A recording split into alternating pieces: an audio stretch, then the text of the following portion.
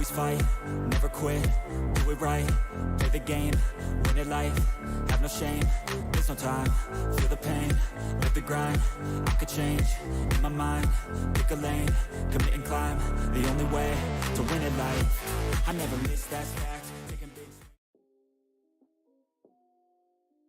What is going on, everybody, and welcome back for week number 4 of the ECAC Top 8 Plays of the Week. Now, at this point, you're probably realizing two things. One, that's right, I'm going to be with you all season long as we jump through the best moments of every week. And number 2, wow, Septilence really only wears one thing when he's not on the clock. And I can't even defend myself, it's a comfortable outfit. Anyway, without further ado, let's jump into week number 4 and see what these players brought to the table to beat out their opponents and be victorious. Wake Forest was already up a game, there were 4 minutes left on the clock, and they just couldn't find that first point to take the lead and put them up 2-0 in the series. But in a final moment of success, Malone clears it from one coast to another and finds an open goal, giving Wake Forest the lead once again. These Champ 3 and Champ 2 is doing. I mean, seriously, look at Malone making advantages for himself. Wow. And he will put Wake Forest on the map. This game number 5 could just go their way. I just want to say Malone just said, I'm going to show you what a Champ 3 can do. All right, buddy? On a control map in Overwatch, your team must capture 100% of a point to succeed. 99 just won't cut it. King Rock from Keene University was fully aware of that and didn't just find a Death Blossom. He found a full-blown Death Garden to keep his team alive. Sound barrier to go away as well, especially now that you have your own. It's going to be a little bit more breathing room. Doesn't look like the Winnico. Okay, there we are. Now it's coming up big. This Reaper has bloomed. That was just gorgeous amount of patience coming. GVSU Blue found themselves up by 5 rounds, and it's always better to turn that 5 into a 6. It's incredible, however, that this team doesn't always need all 5. It can come down to just one player and how much they can really GVS do. An Illusion delivers with efficiency. 3 in a row. No time left, even if they had the chance at Orbital Strike out of the last. This battle between Muskingum and St. Francis was insanely close. Only 3 players in a round, and there were 1 player left on both sides, both down to their final stock. Things were looking pretty strong for St. Francis, their Luigi only at 40%, but it was up to Splat to do anything but. Just keep him off stage with that Zare. Oh, that's spot right here for Teo. If that block didn't disappear, oh no way! Oh, just steps on the pressure plate. A tale as old as time, Pace White versus Pace Gold, and Pace White's morale was through the roof as they won a fight, but little did they know, this was Lofi's world, and they wouldn't be living in it for much longer. Going in with the blade. Uh-oh, Blade is out. It's hacked. It doesn't matter, though. Slashes away for 2. Looking for a 3rd. Looking for 4. Won't get it just yet on the Blade. However, the slash and dash works out. Lofi's got 3. Looking for everybody else on this team. It's a white.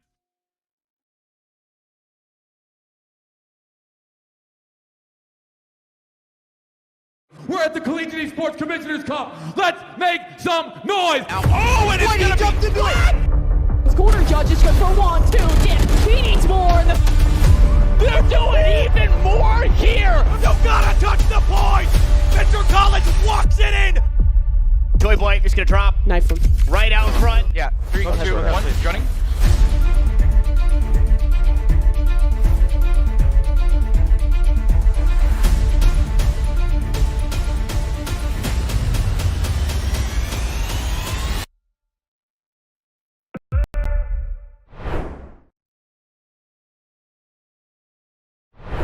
Good evening, everyone, and welcome back to another exciting night of college esports right here on Esports U Live. I'm your host, Paulie Hype, and before we get into the action tonight on the channel, I want to do a quick recap of what we saw last night on Thursday, February 9th, right here on Esports U Live. We saw the ECC Valorant Week Number 1 kickoff, and it was 2 schools featuring Utica University versus New York Tech Blue. We're starting off with a bang for the ECC as we have 2 of the semifinals from the fall 2022 semester, NYIT and Utica University. The first half was super close as both teams just kept swapping round wins until we came to a 6-6 half, dead on even, heading into the second half of the game. It was looking a lot better in the second half for Utica as players like Anchor came alive in some clutch situations. Ascent, map number 2, went into the hands of Utica as it ended 13-6 before we headed over to map number 2, Pearl. It may have been close in the last game, but it was one Utica did not lose any momentum as they did not hold back in the early rounds. NYIT's Visor tried hard to keep his team alive, but in the end, Utica claimed victory to start off the ECC season strong. Congratulations, Utica University, who took that first Valorant Week 1 match in the ECC 2-0 over New York Tech Blue. We only had one match, and now over to the action for this evening. It's a wonderful Friday. We are here for more college esports, and you know what Fridays mean right here on Esports U Live? It means League of Legends, which one of my favorite games. Super excited for it as we are taking over now to the conference of the ECAC. This is going to be their top division, Division A, Platinum and above rank. League of Legends 5-on-5. It's going to be a best of 3 tonight right here on the channel. And we'll be featuring 2 schools, Pace League of Legends Gold and UAlbany League of Legends. On the Pace roster, we have Nitro, Kasai, Rue, Capper Jack, KX, and Zoxan. Over on the UAlbany roster, we have Azareth, Super Ben, Wheezy, Cryo, Carlius, Stew Dog, and 2Moo002. I love some of those names. They'll be duking it out tonight in the ECAC conference to see who is the best this week in League of Legends. All that action and more right here at 8 p.m. EST following this beautiful talk. So without further ado, let's get hype here. It's Friday. We're closing out the week beautifully. I can't stand suits, and I don't want to wear this one in another second. So before we get on over to League of Legends, casters, take it away and bring us some of that amazing college esports League of Legends hype and knowledge. Casters, over to you.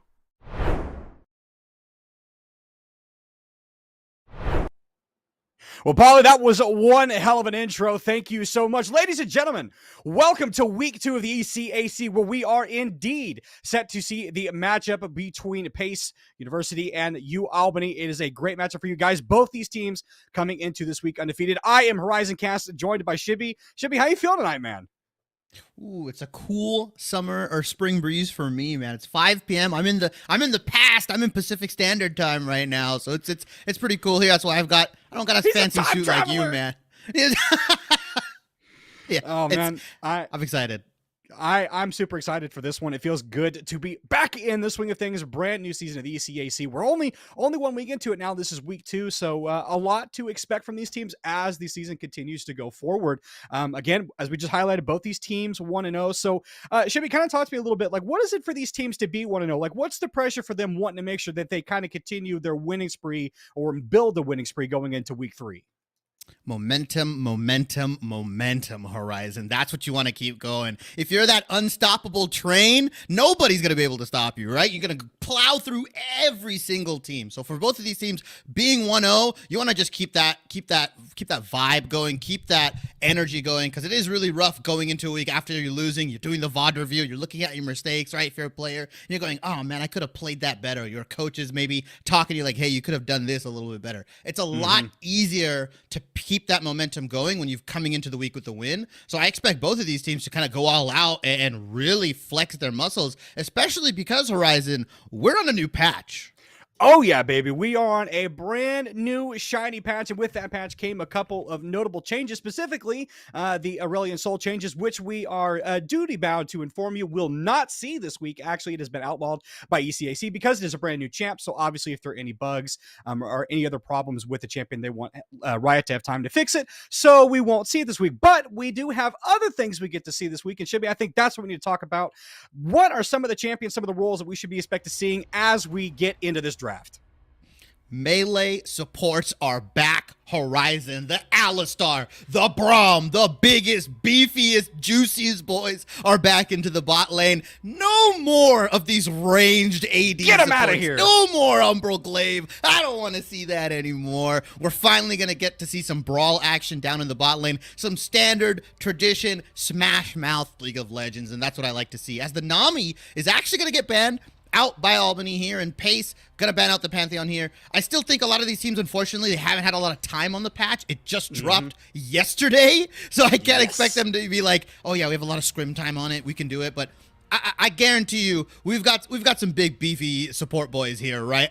There's got to be a Nautilus or an Alistar player somewhere in this draft. Hopefully they haven't all just left the server for greener pastures. Hopefully they're coming back. It's time to put our tinfoil hats on, if you will. We talked about some of those melee supports. Obviously, Nami banned away, so that hopefully that will take the Lucian Nami pairing that we've been seeing so much across pro play and collegiate.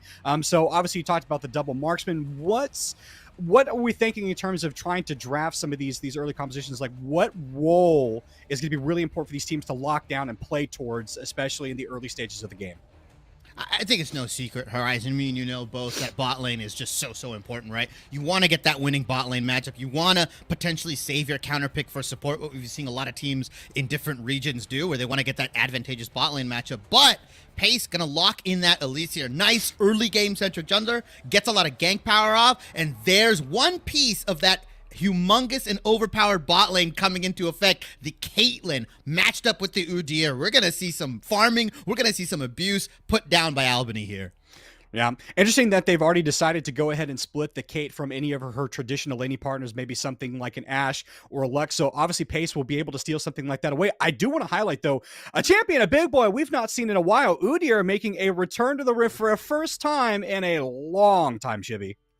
Yeah, I think the jungle changes kind of have favored him a little bit as the Braum gets locked in here. You know, the less gold, more experience, you'd kind of just push these junglers, that power farm a bit more into that more like, all right, I'm not going to full clear, I'm going to cycle my camps, I'm going to cycle your camps while I cycle my camps and just get a huge CS lead, right? Like, that's what he wants to do.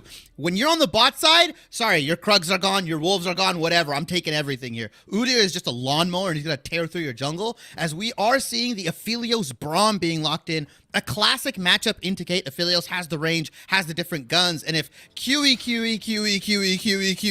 can kind of get that Aphelios gun rolling, he can really start taking over a lot of these team fights. I think that's his combo. I'm pretty sure he just told the team exactly what he's going to do with his username. He says, these are all the buttons I'm pressing. I'm not pressing anything else.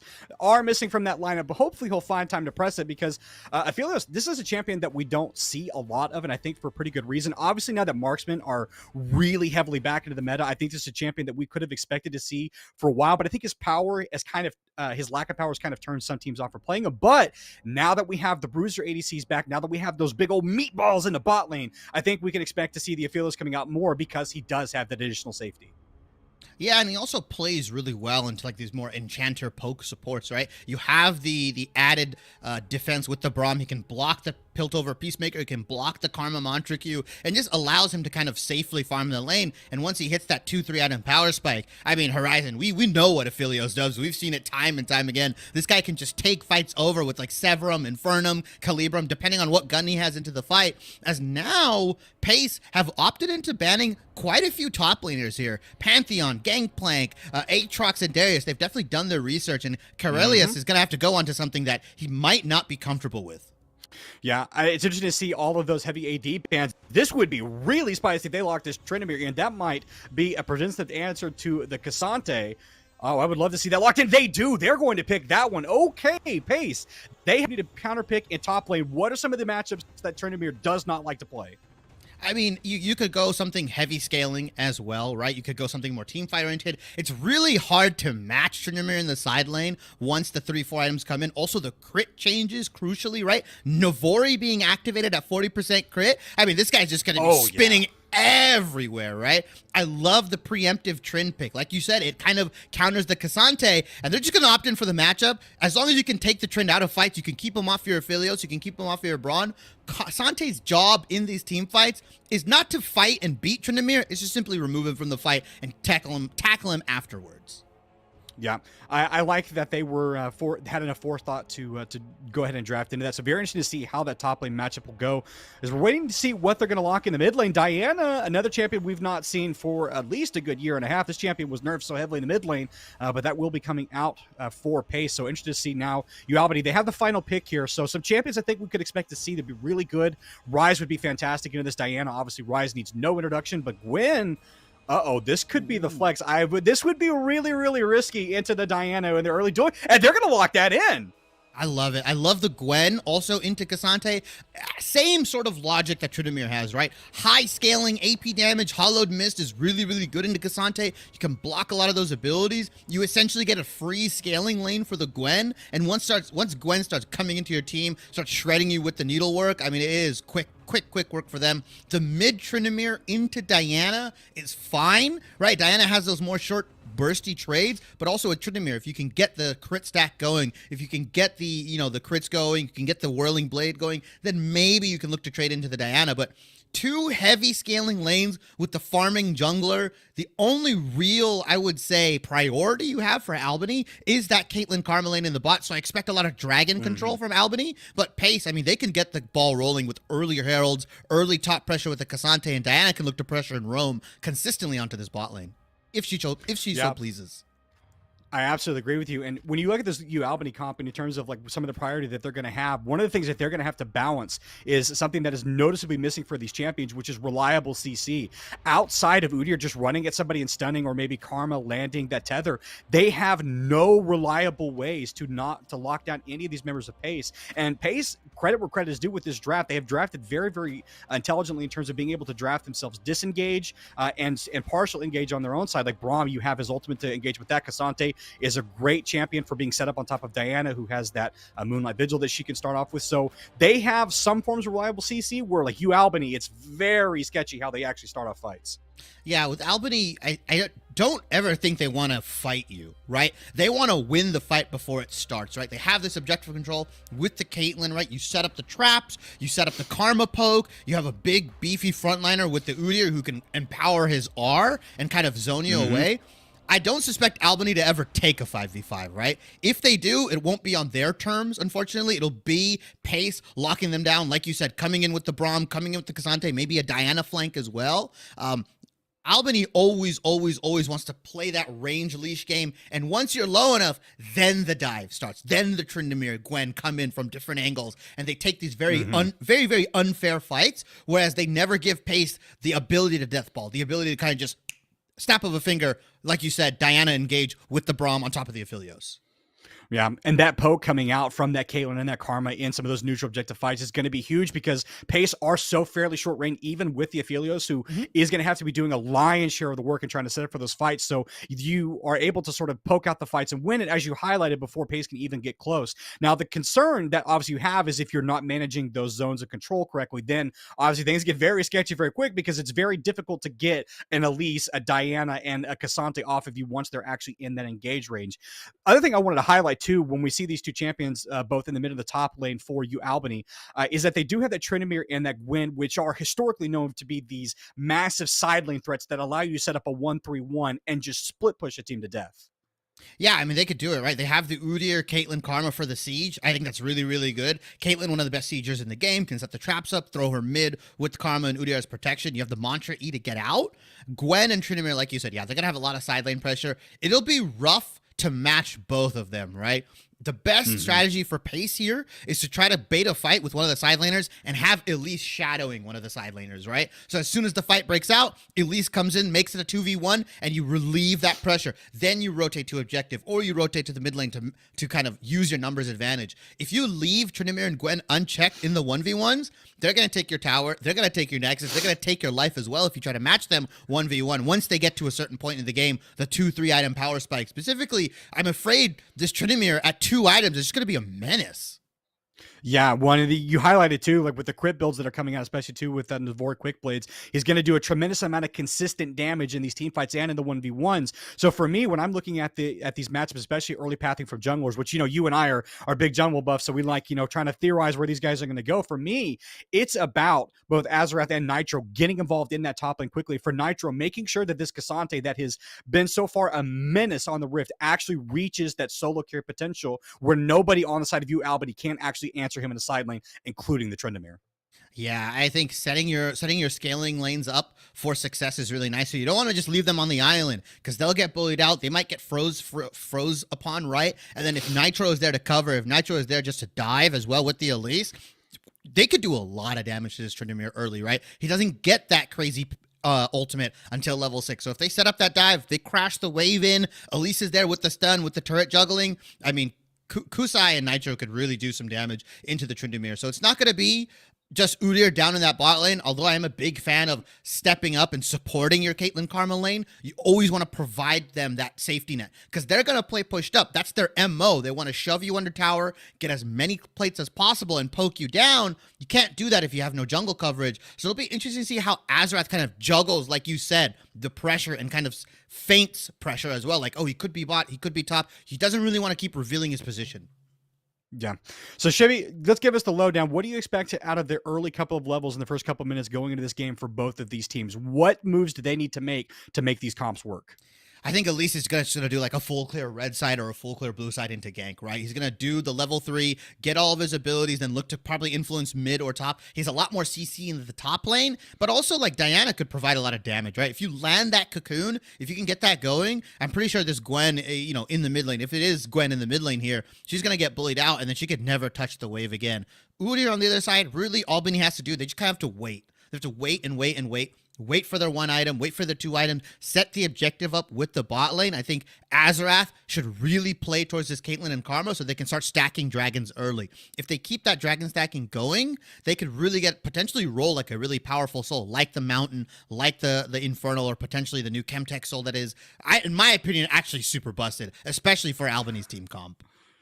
Yeah, that having that ability to clear out the wards and play for range, I think is going to be super big for them. It's that they can control the vision, and like anything, that's the most important thing that these teams give up is information, where the junglers are and what moves they want to make. And I think you've highlighted excellently, like UAlbany, all they have to do is sit there and they wait. They've got great scaling comps in terms of having the Gwen and the Tryndamere that will be late game threats. But that being said, Pace on the other side, they're no pushovers either. They've got the Cassante, they've got that Aphelios, and they have really reliable ways to start off fights in those instances where they're starting to move from skirmishes to full on 5-on-5s.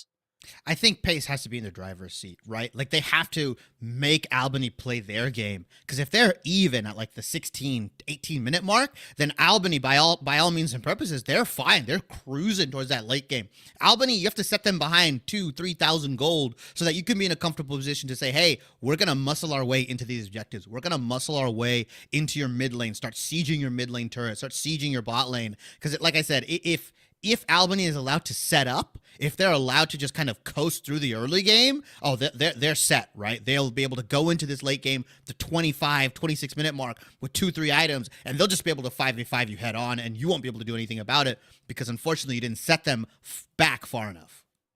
Yeah. Well, I think we have highlighted as well as we can what these teams are going to have to do. I think there's a lot to be expected out of this first game. And obviously there's some jitters that will come with that.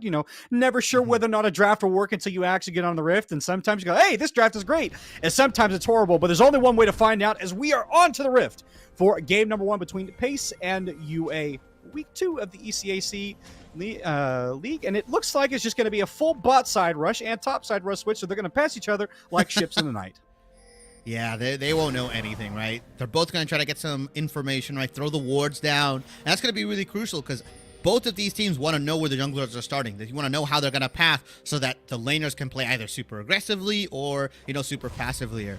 Interesting enough, Kusai opted in, instead of going for the teleport ghost that we usually see in the Cassantes, opted in for flash ghost. So very much playing for lane, but not going to be able to match that split push pressure like you mentioned. It's going to be really hard for them to set up objectives, because if Corellius is on the bot side or the top side, he can TP at any moment, and if someone has to match, nobody on the side of Pace has any TPs to kind of follow them to that objective.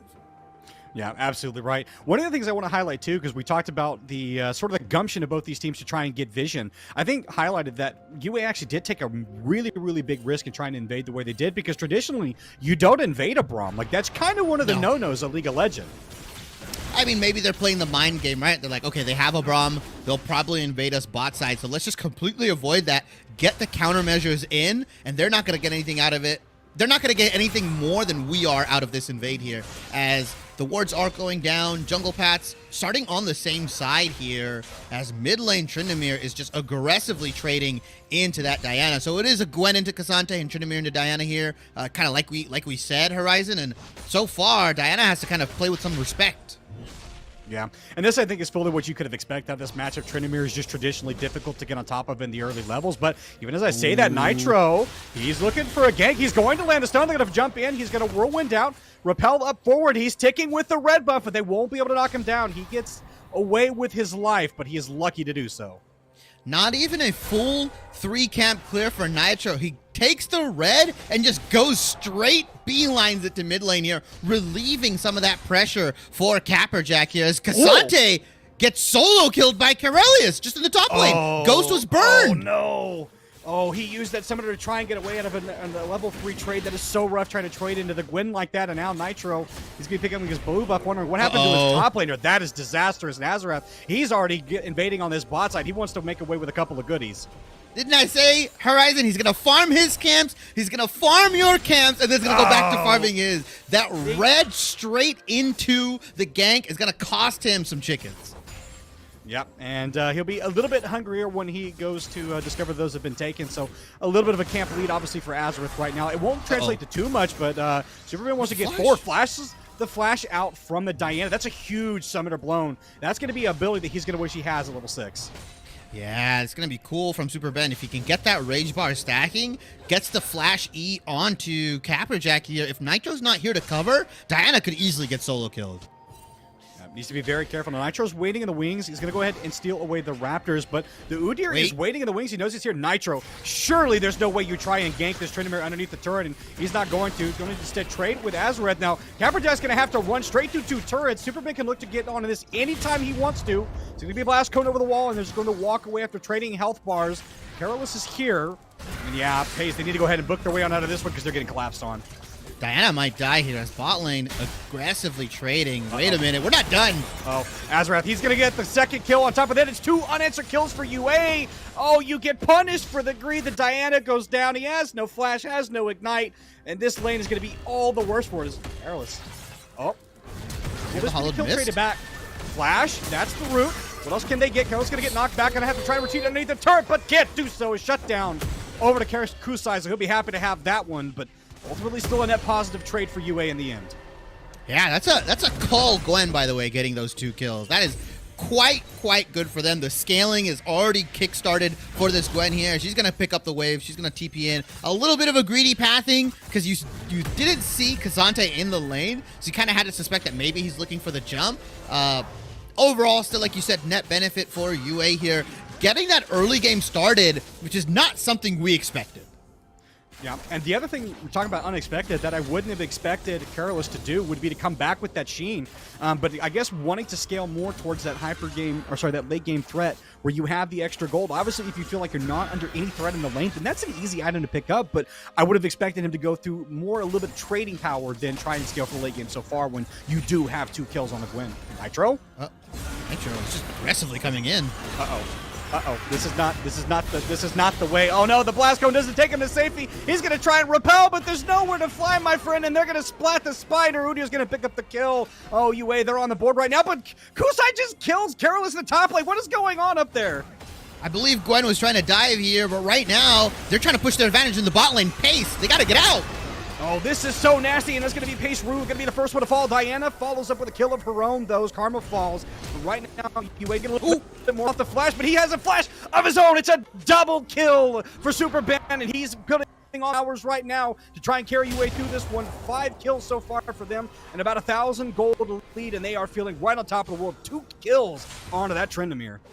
We have been flipped in topsy-turvy land, Horizon. The scaling laners of UA are getting the early game advantage, and the Caitlyn Karma are the ones just scaling for that late game right now. Everything is going UA's way right now. They've collapsed onto the river. Yeah, you get the top lane kill for the Cassante there. A little bit of overzealousness from Corellius here, but overall, UA is on the front foot. They are making the more proactive plays, and it's kind of off of Nitro's over-aggressiveness, I would say. Absolutely. Well, and this is kind of flying in the face of what we would expect Pace to do. We wanted Pace to be the ones being the aggressors. We wanted them to have their foot on the gas to try and make the proactive plays. And while Nitro is trying to do that, it is at the wrong times and in the wrong place. As a result of that, they have given over a not too bad gold lead over to UA. And most importantly, you have the wrong members if you're Pace getting the kills on UA, because Gwen's already got 2 kills. Trinamir's got 2 kills. Those are champions that you do not want hyper accelerating in this game.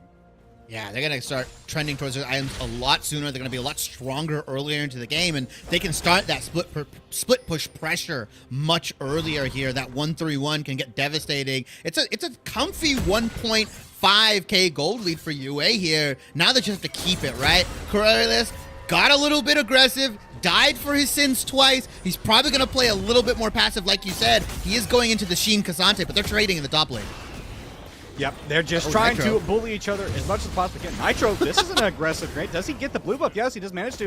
And Azrath now has to get on out of there. He's just going to try and get his grump if he can. Getting poked and picked by the spiders there. But Nitro, unrelenting on this aggression. Credit where credit is due. He has not become gun shy, even despite getting caught in the jungle.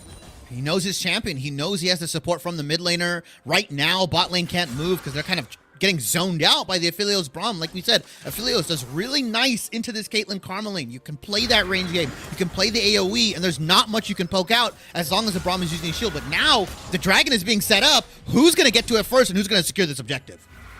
Yep, it's a 3-man overstack here in the bot side, so Tumu is going to have to try and get on out of here. He's only level 4. This might just be the Karma following, but Pace is here trying to see if he can get down there. Capperjack wants to try to cut that off, and Tumu just has nowhere to go right now. He's not going to get hit with the Braum Q, so we'll make it out alive for now, but those are low health bars. And Pace, do they fancy themselves a dragon? Nitro going to fall super low. This may just be the call of here. Azrath, why would you? Oh no, that was a disastrous backpoint. They're going to land the exhaust and the flash. Can't even manage to get himself out. This is going to be the ultimate committed from the Caitlyn, and they're just trying to convince Pace not to do anything untoward. They're going to jump in. That's going to be the Moonlight Vigil committed now. Tumu's going to drop. Capperjack's going to pick up his second kill of the game. Oh, and UA, they're just getting aggressive and too greedy in where they're pathing, and they are getting punished. They're just walking in and out, in and out. They're trying to keep Pace enticed enough so that Superben can come in and potentially clean up. This fight's not over, Horizon. These are low health bars, and Trinamir's still got ulti. What can he get out of this one? Ezra's going to try and run away. Superben wants to try and at least get one. He's going to pick up one. That's 2. Superben trading. He gets his own. Might be a triple for Joe. What else can he get to try to run away? Nitro has no health, and Udyr's going to pick that one up. And UA, it looked like it was going against it, but Superben comes in, and they come away with a huge kill, and a dragon is their reward. Tumu was too juicy, man. He died for the sins of UA, but the rest of his team picked up the slack. Pace could not get out. Superben and Joystick came in and cleaned up. 3 kills onto the Trinamir, 2 kills onto the Caitlyn. Everything's looking up UA right now. What was once a 1.5k gold lead has now ballooned into 4,000. Oh, Shibby, say it ain't so. And it looked like Pace were maybe getting the better of UA in those trades. It looked like they were making some egress into invading that bot side jungle, maybe trying to force Azrath out. He was super low even when he hit that level 6. And it looked like this would be an easy dragon turn from them. But UA, they say, no, not so fast. Your low health bars, you've overextended for this. And they punish Pace for their over-aggressiveness yet again.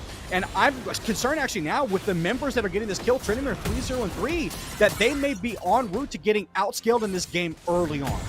Yeah, he hasn't even back. He got the 2 kills or 3 kills and is now finally backing. I wouldn't be surprised if Superben just picks up a straight mythic right now or just comes back with a completed item here.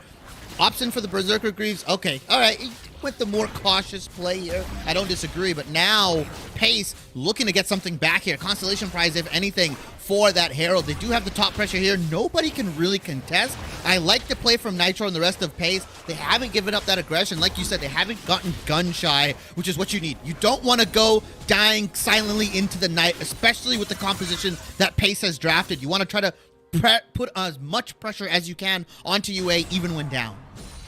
Yeah. Now, Shibby, obviously, they've just picked up this Herald, so that is going to be a nice price for them to have, at least, to have in their back pocket. But what do they do to make the most out of this Herald? Because they are, as you highlighted earlier, a significant amount of gold down. They have some of the key members of UA already starting to get towards this itemization that they need. I mean, completed boots, tier 2 boots already for Super Ben. He's going to be working towards, I'm not sure what item he's going to try and build there, whether or not he might try to go the... I mean, that's just good. Is he just going to go straight into maybe a Kraken Slayer or something like that? Is the move? Wait a minute. Rage? Rue. What's he want to do? This is going to be completed there, but it's a 3-on-2 in this bot lane pace. They got caught up in a rotation again, and now they're going to try and run. Is QE wants to get out of there, manages to survive for now, but again, UA unrelenting on this pressure. Nitro's back. Oh, Superman's Nitro. quietly behind. Nitro, you don't get this kill. He stayed to try and get the kill, and now he's going to get punished. He could have repelled and got out of there with his life, but he won't even do that. And they may decide that they want to drive QE because Superman, he's got ulti, he's got the turret aggro, and there's nothing that QE can do except die. It's another double kill for the Tryndamere, and UA is starting to run away with this game. We puzzled, we questioned the Tryndamere pick. We were like, if they lock this in, what could this possibly do? We see the power, and like you said, he just slaps that Kraken Slayer onto his itemization. He's gonna go for the raw damage. No Gale Force needed. He's just gonna go in, and he has one way in, and that's death for the rest of Pace, as now Caperjack is trying to get something. I believe he stole away the Raptors all while that was happening, but still, it was once 4,000. Now it's 5.5K for UA. They are not letting up on the gas. They are keeping the pressure towards Pace, and it feels like Pace is like trying to scale for the late game now. Yeah. If you're Caperjack in the comments, like, hey, don't worry, guys, it's worth. I got the Raptors. Meanwhile, UA's like, hey, cool story, bro. We're gonna collect your literally everything. As local barbarian, man, too angry to die. 5-0-3, as you highlighted. Slap that Kraken Slayer in there, so he's going to be super happy with the state of the affairs. And as I was trying to ask, what they wanted to do with the Herald to try and get the most gold out of it and maybe put themselves back in a position, no sooner do they collect that objective than they're punished in the bot side again, as the Herald is going to be placed down mid lane. Yeah, Joelstink is by himself here. There's a window for the rest of Pace to dive him, but they have to be quick. You see Udyr and Karma pathing down. They have a very small window horizon. Nitro, they need to get him down as quickly as possible. They'll get this done and collect at least one kill. But what are they going to give up for? Because Nitro is ticking. This has gone horrible. Yes, you got the K, but what did it cost you? It cost them everything, and it gives a double kill over to Azareth. And oh, UA, they said, cool story, bro. You got a Herald. We got a bunch of kills. Yeah, they went for that dive. They didn't know how much time they had left. It took too long to kill the Caitlyn, requiring them to overstay, and Karma Udyr chasing you down is just absolute terror, as now Super Ben's like, wait. Caperjack, you don't win these. He's too angry to die. Don't you know? Local Barbarian, man, gets those. He gets out clean, scot-free, and the turret plating is going to fall off now, but that means nothing to Caperjack, who's sitting in the death realm. And this, Shibby, you never want to call it early, but this is starting to look really rough for Pace. Ooh, it's looking bleak for sure, right? You thought Caperjack might get the win under the turret, and then like you said, Tryndamere like, wait a minute. I just win this. I have Kraken Slayer. I've got my ultimate. I've got everything going, plus a full rage bar. You're not going to win that any day of the week, as Azarath has picked up the Demonic Slayer, is working his way towards that Radiant Virtue. I believe potentially also the Jack Show. Either item very good on Udyr, but now the Dragon setup is coming in, and if you're UA, you just gotta set the traps down. You gotta get your Karma ready to poke. There's not much else you can do here for the side of Pace. You just kind of have to give this one.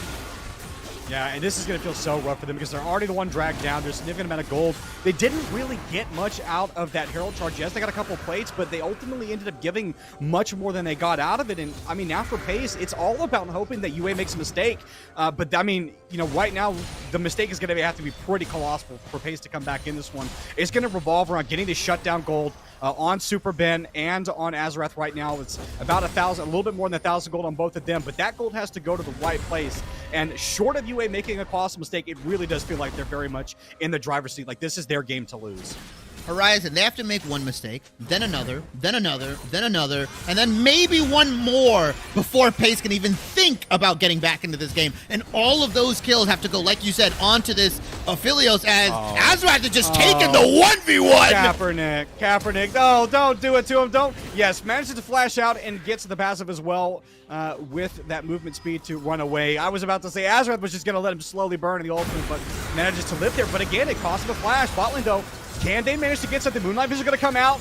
as Joe is slowly ticking. They managed to get the K, but it's really, really low health bars. Will they be able to get the Karma too? Yes, it's a double kill. Crucially, going on to that Aphelios and Pace, they are fighting back. Oh, Super Ben's hunting. He's sniffing. He's going. This is Jaws incarnate right now. He's hunting Nitro. Now, that's just been committed. He does still have Flash, though, and just deciding he would rather just leave the nasty little spider alive. Like, you know, if I just leave you up, you have to go regen health, and that means you're not bothering me, and I can just go kill you mid laner. So, interesting call not to commit further, but I think also didn't want to risk getting collapsed on, though. I would have thought that the health bars with QE and Pace, Rue down there would have been worth a potential dive to maybe collect 3 kills. Did have the ultimate available, but decided not to do it. Azrath, careless. Oh, this is just Rue. They're gonna force out the Flash and the Ghost. Both movement abilities forced out of him and Pace. They are just blowing summoners left and right. Yeah, they're just being bullies right now. They're giving them a couple love taps into the top lane, into the jungle. Super Ben slides on in. He's like, you know what? I'm going to take your CS. I don't really want to fight you. I just want to zone you out from any sort of EXP, any sort of gold. And you see UA just being absolute bullies with this gold lead. 6,000 at the 7-minute mark. And Capperjack doesn't have Flash. He's getting hunted down. Rue, I'm not sure why you just stood there. That was your cue to exit stage right, and the only thing you will be doing is exiting to the fountain because you, my friend, are going to get locked up. The Karma's going to land the chain. Super Ben's going to land himself another kill. He's going to go godlike in this one. The man is literally still too angry to die. He has not died once in this game. 7-0-3, and Pace just cannot get out of their own way. No, they're just sticking too long. They're trying to make something happen. Credit to them where they can, but it's just the wrong plays. UA is just there in full force. Anytime that you think one of them is caught out, the rest of the team is quietly following right behind here as Nitro is maybe looking at to get this Herald here, but he sees Karelius on it. Is he gonna get the steal? No, he's fine. Karelius is gonna pick up this nice little Rift Herald for himself, and the split push pressure continues for the Gwen and Tryndamere. They have the team fight gold lead for themselves. They can split push as well. There are multiple ways that Pace could lose this game here. UA has a plethora of options. Yeah, and Chivy, right now, if you're Pace, I guess one of the other things you're trying to figure out right now is as the sideline threats become more and more available, more and more online for UA, eventually we'll start to see Tryndamere and Gwen hard splitting those lanes. You know, who are you sending to stop them? Can you even afford to send anybody to stop them? At this point, I'm wondering what their comms are like and trying to figure out whether or not they have confidence in any 1v1 matchup, because to me, it kind of feels like they're going to need multiple members to just respond to at least one of these side lane threats. You send the Army, the Navy, the Coast Guard. You send everybody you can to match these side lanes. I mean, realistically, Pace just kind of has to get a pick onto somebody. As Capperjack, man, that turret's not safe. Like, you got to get out of there. Don't stick around. Just go all the way back to your tier 3, man. I wouldn't face check that if I were you, because there's a very nasty Udyr on the other side, but doesn't step too far forward. But I mean, Chibi, you highlighted, like, those turrets do not, it's a false sense of security. That turret will not stop them. They will dive you underneath there. They'll just set Tryndamere up there. So they have to be very, very careful of where they're trying to set up on the map right now. When, again, one of the unfortunate things, for Pace with UA having this kind of lead is, you talked about a plethora of options. They can pick and choose what objectives they want. If you want to go get a dragon, cool. UA is going to go grab a Baron, and they're going to siege your base, or vice versa. They don't care about Baron at all because they have the ability to poke you out and fight you wherever they want. There's actually an argument to be made to just not take the Baron, right? Not risk the 50-50 and just simply wait for them as Azarath is just dominating. And by QE as well, Tryndamere just going to dive him on, and just trying to play for a little bit of time, but it's not going to be much. Pace, he might be caught out too. He's going to throw down the smite. Glacial Fizz are committed, but it just kind of seems like they're just throwing stones at a titanium wall. It's not going to do anything. No dents will be made. You won't slow it down in any way. Azarath also joins the Tryndamere and Godlike. There are a couple of gods on that team. They're feeling mighty fine. Is Careless going to siege in that top lane? Going to knock that inhibitor turret down. Wisely, only just now taking it. They want to commit too far, and they are just going to run straight for Baron. Yeah, they're going to set the Tryndamere onto that. Come over when you're done with it, and then they're going to go towards the Baron. UA smartly played as well. Usually you'll see a lot of teams, when they get this giant gold lead, they'll super aggressively, they'll play super recklessly. Far really giving up a kill. As I say that, Super Ben. Run, Nitro, run! He's going to try and repel a jump back in. The man is a certified maniac, and he just got sent to the Estate Asylum, and now it's going to be the most committed for him. Flash over. Who would talk about a madman? The train is too angry to die. Will this be the shutdown, though? Finally, they get the Tryndamere down, but they're going to lose the Baron for it. Ultimately, I think UA still fine with that trade. Super Ben playing fast, but they get everything that they wanted on that rift. Let me just highlight this. Horizon Ben was on the Kraken for the longest. He Man just picked up. He just bought a full Navori. Yeah. He just and working towards that LDR, right? He had so much gold, it was weighing him down. That's why he couldn't catch up to the rest of the members of the used only 10,000 at the 21-minute mark. Like you said, I hate to call it early. You got the bear, got they have an open inhib in the top lane, push and they win. Yeah, right now I think you know what, if you're Tryndamere, you know, if you're Super Ben on UA, you just say, you know what, guys, I gave the kill intention. I want to give him a false sense of security, that way they overplay it again and I just kill him because I got this brand new item and a half. And I mean, that is absolutely terrifying. If you just see Tryndamere come back and he has a full item and a half plus double longsword sitting in inventory, that Tryndamere is going to absolutely start shredding through every single person on that pace lineup. And normally you would say, okay, well, who do we commit to and dodge out? All this is, oh, hold on, I'm going to get interrupted. That's going to be Tumu Fallers, but the siege is still continuing to kind of boost up our ego a little bit and our morale. So just punch the Karma in the face enough times and then we'll feel a little bit better and just hope we don't die before the rest of the team gets there.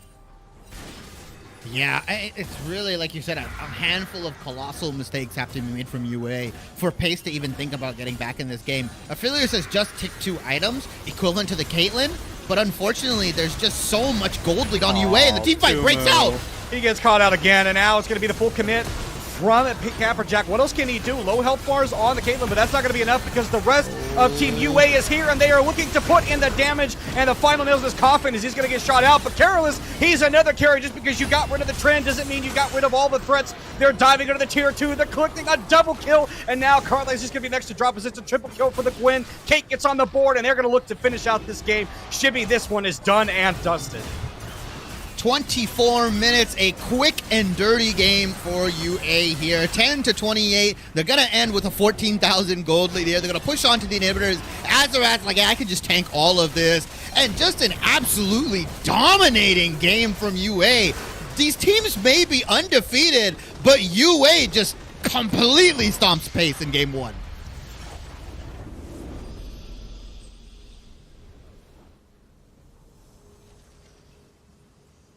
And we may have lost Horizon here. What's up? No, I'm still here. I was waiting. I was trying to wait for the transition. I was thinking it was going to be a little bit shorter, so I was going to like play it cleanly, but I just mistimed it, so now I look like a doofus. But I mean, as you highlighted, I mean, that is an incredible first game from UA. Now, obviously, we still have a potential maybe 2 more games to go, depending on how this next one goes. But if you want to talk about making a statement between 2 undefeated teams, UA, they were speaking loud and clear with their gameplay in that first match. They were shouting. They were screaming. They had the megaphone in hand ready to go. They said, we are undefeated. We are actually undefeated here. And I said, keeping that momentum going, it's really, really crucial in these early weeks. And if you come out the gates hot like that, it's not even a close one. You've got to be feeling really confident if you're UA. Yeah, and looking even forward to this next max potential before we go to break, you know, if you are Pace on this one, what is the mental games to try and get rid of that game? Do you just pretend that one didn't happen? Or are you trying to look at this critically? You know, what are you doing to get your mental strong before you start the second match and just erase what just happened to you in that first game? And there's not a lot to look at, right? You can kind of just look at the early game and see, okay, here's where it went wrong. Here's what we could do here. Here's how we use our lane priority. Nitro and the rest of Pace had the right mentality, right? Use your lane pressure, use your priority to invade onto the Udyr, get some micro advantages, and then snowball that. But just unfortunately, they just stayed a little too long in crucial moments, right? And that just allowed the Tryndamere, the Udyr, the Caitlyn to pick up multi-kills in the early game. And after that, there's not much you can really review. So I think Pace, you kind of just throw this one out the door, look at the early game, say, here's what we could have done, draft correctly. I don't know if there's going to be some like inter-meta kind of match meta where they ban out the Tryndamere, they ban out the Gwen. There wasn't one specific pick that ruined Pace. It was more of just kind of a over-aggression and a couple mistakes in the early game that kind of just led UA to balloon their leads. Yep. Well, we will have to see whether or not Pace can right the ship or whether or not all the holes that UA just poked in that ship are enough to sink it. Only one way to find out. We will be back momentarily with match number 2. So don't you touch that browser because we're coming right back.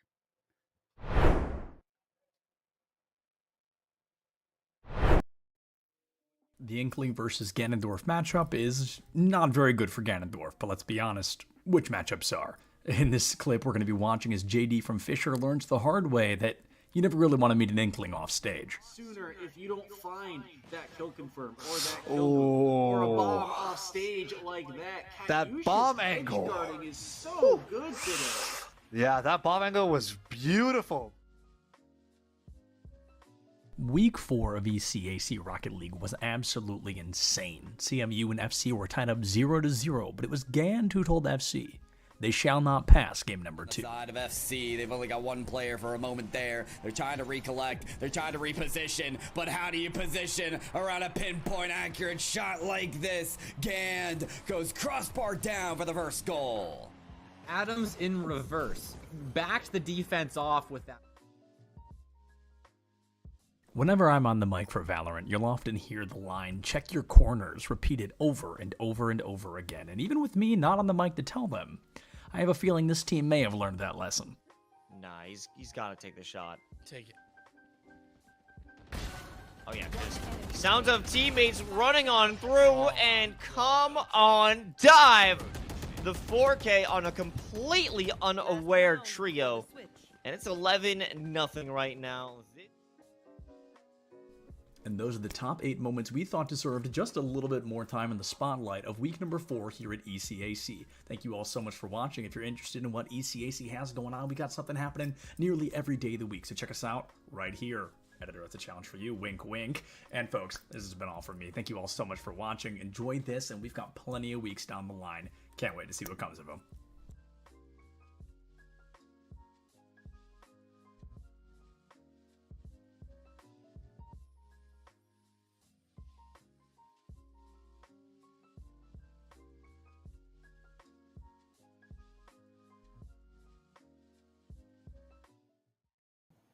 And there's so many other jobs as well that can translate out of this experience in esports. The only path is not just as a player.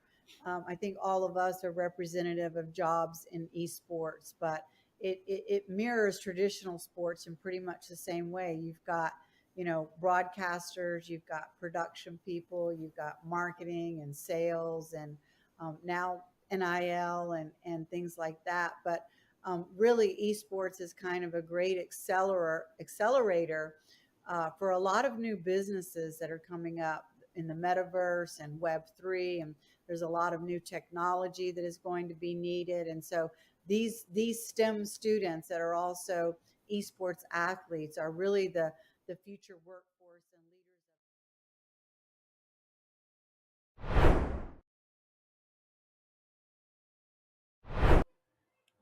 Well, folks, welcome back to the Caster Desk. It wasn't that long of a break. It's certainly not long enough for Pace to forget that game, though hopefully maybe they have a Men in Blacks for a situation where they could just, flash that one out and return back to a game 1 state before they drafted that Trindamere and it hit the Rift. So hopefully they have an answer for it in the draft before they get ready. As we're getting ready to get into Champ Select, and Shibby, Pace, they're going to have to find some pretty good answers, because it feels like if they let that Trind go through again, it won so hard that it feels like it doesn't matter what you would pick in that thing in any role. It just feels like it would win again. We talked about it a little bit, right? That might just be like one of those trauma bans, right? You just ban, I don't want to see it anymore. I'd never want to play that against Albany, so let's ban it anyways. But they are going to have to give up something, right? Either the gangplank, potentially, like the other picks they kind of banned out. So you have to trade. That's the mind game, right? Albany has set the stage, and they're like, all right, well, you have to answer us. Albany's completely fine probably running that comp again, right? The Trindamere was picked pseudo-blind, like we said, right? I would more than likely wager that if there was a mage or something long-ranged picked into that mid lane, that they would have just flexed that Trindamere into the Cassante and pick something else up for the UA mid laner here. But yeah, Superban just absolutely running amok. And it was really the rest of the team kind of capitalizing on Pace's mistakes, like we said. Pace for them, they just they had the right idea. They had the blueprint ready. They're like, we're going to invade with the Elise. We're going to try to bully this Udyr out, and we're going to look to potentially use the kind of advantages we have in the mid and top solo lanes to kind of like push onto this Udyr and not give him a lot of room to grow and room to really clear. But unfortunately, they just stayed a little too long in some of these river fights in the enemy jungle, and the rest of UA collapsed, and then there was a couple multi-kills here and there. It just went to the right people, and then from there on, the game was just an absolute domination from UA. Hands and together for them, and they really played really well with the lead that they had. Yeah, and I think that's one of the things we highlighted in the moment, too, was it felt like Pace were just over-forcing in moments where they didn't really need to, and that sort of this comedy of unforced mistakes that, you know, UA was just able to benefit from really just kind of spiraled out of control. But we'll have to see what adaptations they make in this draft, as Talon is going to hit the ban board again. So it was taken away from them in the first one. They did take it away from Pace in the first one. Nami also going to hit the board again. And so far, man, the ban's not changing at all. Yeah, Pace on red side here, so they're really comfortable. Maybe they're like, okay, you pick the Tryndamere again, it's completely blind for sure, because we do have the counter pick here. They're going to stick with the Pantheon, Gangplank and Galio here, 3 target bans, but now the Maokai is left up, and Horizon, man, I know how you feel about this champion. You hate it. You hate it. It is absolutely disgusting on objective control. On behalf of all Sejuani players in the world, I universally feel your pain, and we detest this champion with a passion, because even though it doesn't slow us, it still hurts, all right? Samplings hurt. They're little punchy wood babies, and they hurt, and it's not fair. And as you highlighted, like, the objective control with something like a Maokai is insane. The vision is great. Being able to track where people are going is great. And, like, the AP build on Maokai is turbo busted, in my opinion. So, like, even trying to trade in the 1v1 against this champion hurts. This tree slaps. Oh yeah, and they've taken the nerf bat at it a couple times, and he kind of just like comes back, right? It's like the records of my demise have been over exaggerated. The reports, he just keeps coming back with the saplings, like you said, the full AP build. You don't have to even go Radiant Virtue; you can go the demonic into Liandry's. As Pace have kind of locked themselves in unusual bot lane, but I have a sneaking suspicion this Lucian could go mid. It could be a mid Lucian. I would be really surprised, given that UAlbany could probably pick something into it. Of course, Pace have the final pick, so they can look to flex it till the last moment. But the bot lane pick with the Lulu would be a little bit strange. Obviously, the Lulu provides quite a bit of protection, so it's not a terrible pairing with the Lucian, but normally you don't see him picked unless it's something with the Nami, just because of the synergy those champions have. You would have really more expected UAlbany to want to have the Lulu with the Lulu Kate, but instead they're going to go this double marksman. They're going to go into this Ashe lineup that provides so much utility, provides division, and has been a stable pick in the meta for the last couple of weeks that we've seen in professional play and collegiate play. So I would not be surprised to see this pressure that, you know, maybe Pace are trying to build by saying, okay, hey, we want a little bit more of an aggressive bot lane. We don't want to get bullied like the last time we did. So we're going to draft this solution to try and trade more. But that's obviously a lot more difficult when you have something like a Kate and an Ashe on the other side. Yeah, nerfs be damned. I think Ashe still provides a lot of lane utility. Like you said, the Hail of Blades trading power, where you just start just firing arrows into them, and the Caitlyn can just walk you down, especially into such a short range of the Lucian. Like, I have to expect Pace doesn't want to, like, if I'm QWE here, like, I don't want to take this lane. Like, this is rough even with the Lulu, because there's no way you really get in, right? Usually you see, like you said, the Nami Lucian, or a classic combo, the Lucian Braum, what was really strong back in the day, because you can get the passive stacks going. But Caitlyn Ashe just outrange you completely. Like, I don't expect, I'll be very surprised if the Lucian actually goes into this bot lane. Well, and the worst part is, too, if you're looking at the utility of ults, I mean, in that bot lane, like, if Lucian starts to open up with a culling, if you're Tumu, you just ult him, and then Kate can start to play in the damage, put the traps behind him, and then as Lucian, you really have nowhere to go, and you're entirely reliant on Lulu saving your life. But that wild growth can only do so much in those specific trades, and Lulu's going to get poked out. Normally, when you see Lulu into something like a melee, support bot lane, the Lulu can kind of freely stack the support item. It's a bit of a pokey pressure, but that doesn't work into something like an Ashe that can outrange you, hit wide abilities, and be constantly checking for your jungler to make sure that they're ganked. Yeah, and Pace had the opportunity to take the Caitlyn Ashe for themselves. They had R1, R2 here, but they opted in for the Lucian, so we're going to see how that goes. The Ornn being locked in for Pace as well, so a little bit of late game insurance. Ornn still very, very good. I think the tank item changes have really benefited him. He's kind of sleeper OP just because things like the Cassante, the Jax, the Fiora are all really, really popular at the moment, but he's somebody that can provide that stability, provide that late game insurance with the ornaments to kind of move you across the finish line. As Albany take the Udyr and the Yasuo away. Pace, there's that Tryndamere ban that you mentioned, Horizon. Yeah. Well, the thing that concerns me now, though, with signaling their hand is that Ornn really only does have the one they can go into. So there are a number of counter picks that can really punish it. Specifically, the Cassante is still up. Gwen is still up. Fiora is up, to another degree. Even Jax. Like, these are all champions that can very heavily punish this Ornn. Now, Ornn has had a reputation over the last several years for being this sort of jack of all trades. It's actually a lot harder harder to kill than he looks. But if you put significant pressure on that top one, you bring the junglers up there, especially with the Maokai, that Ornn is going to fall, and then your late game scaling insurance falls to the wayside, and UAlbany end up in the same situation that they did last time, where they're getting a lot of gold really quickly onto the scaling champions. So Pace, they really need to come up with something in this last pick to justify that Ornn. Yeah, and they're going to take the Vi with it as well. Get a little bit of lockdown going, sets up the Ornn Horn, sets up a lot of that damage coming in CC, but there's the Gwen and the mid lane Tristana. Oh, man, that Halo Blades as well into the double crit item, right? She can burst you out really, really well. What is Pace going to take into this? Do they know the matchup? There's very few champions that can lane evenly with the mid lane Trist early on. Going to opt in for the Echo? Echo has not received any major buffs. That is a gutsy call indeed. Now, obviously, you have a lot of dive on Tristana, but that is not a pick I would have expected for them to try and pick into a Hail of Blades Tristana.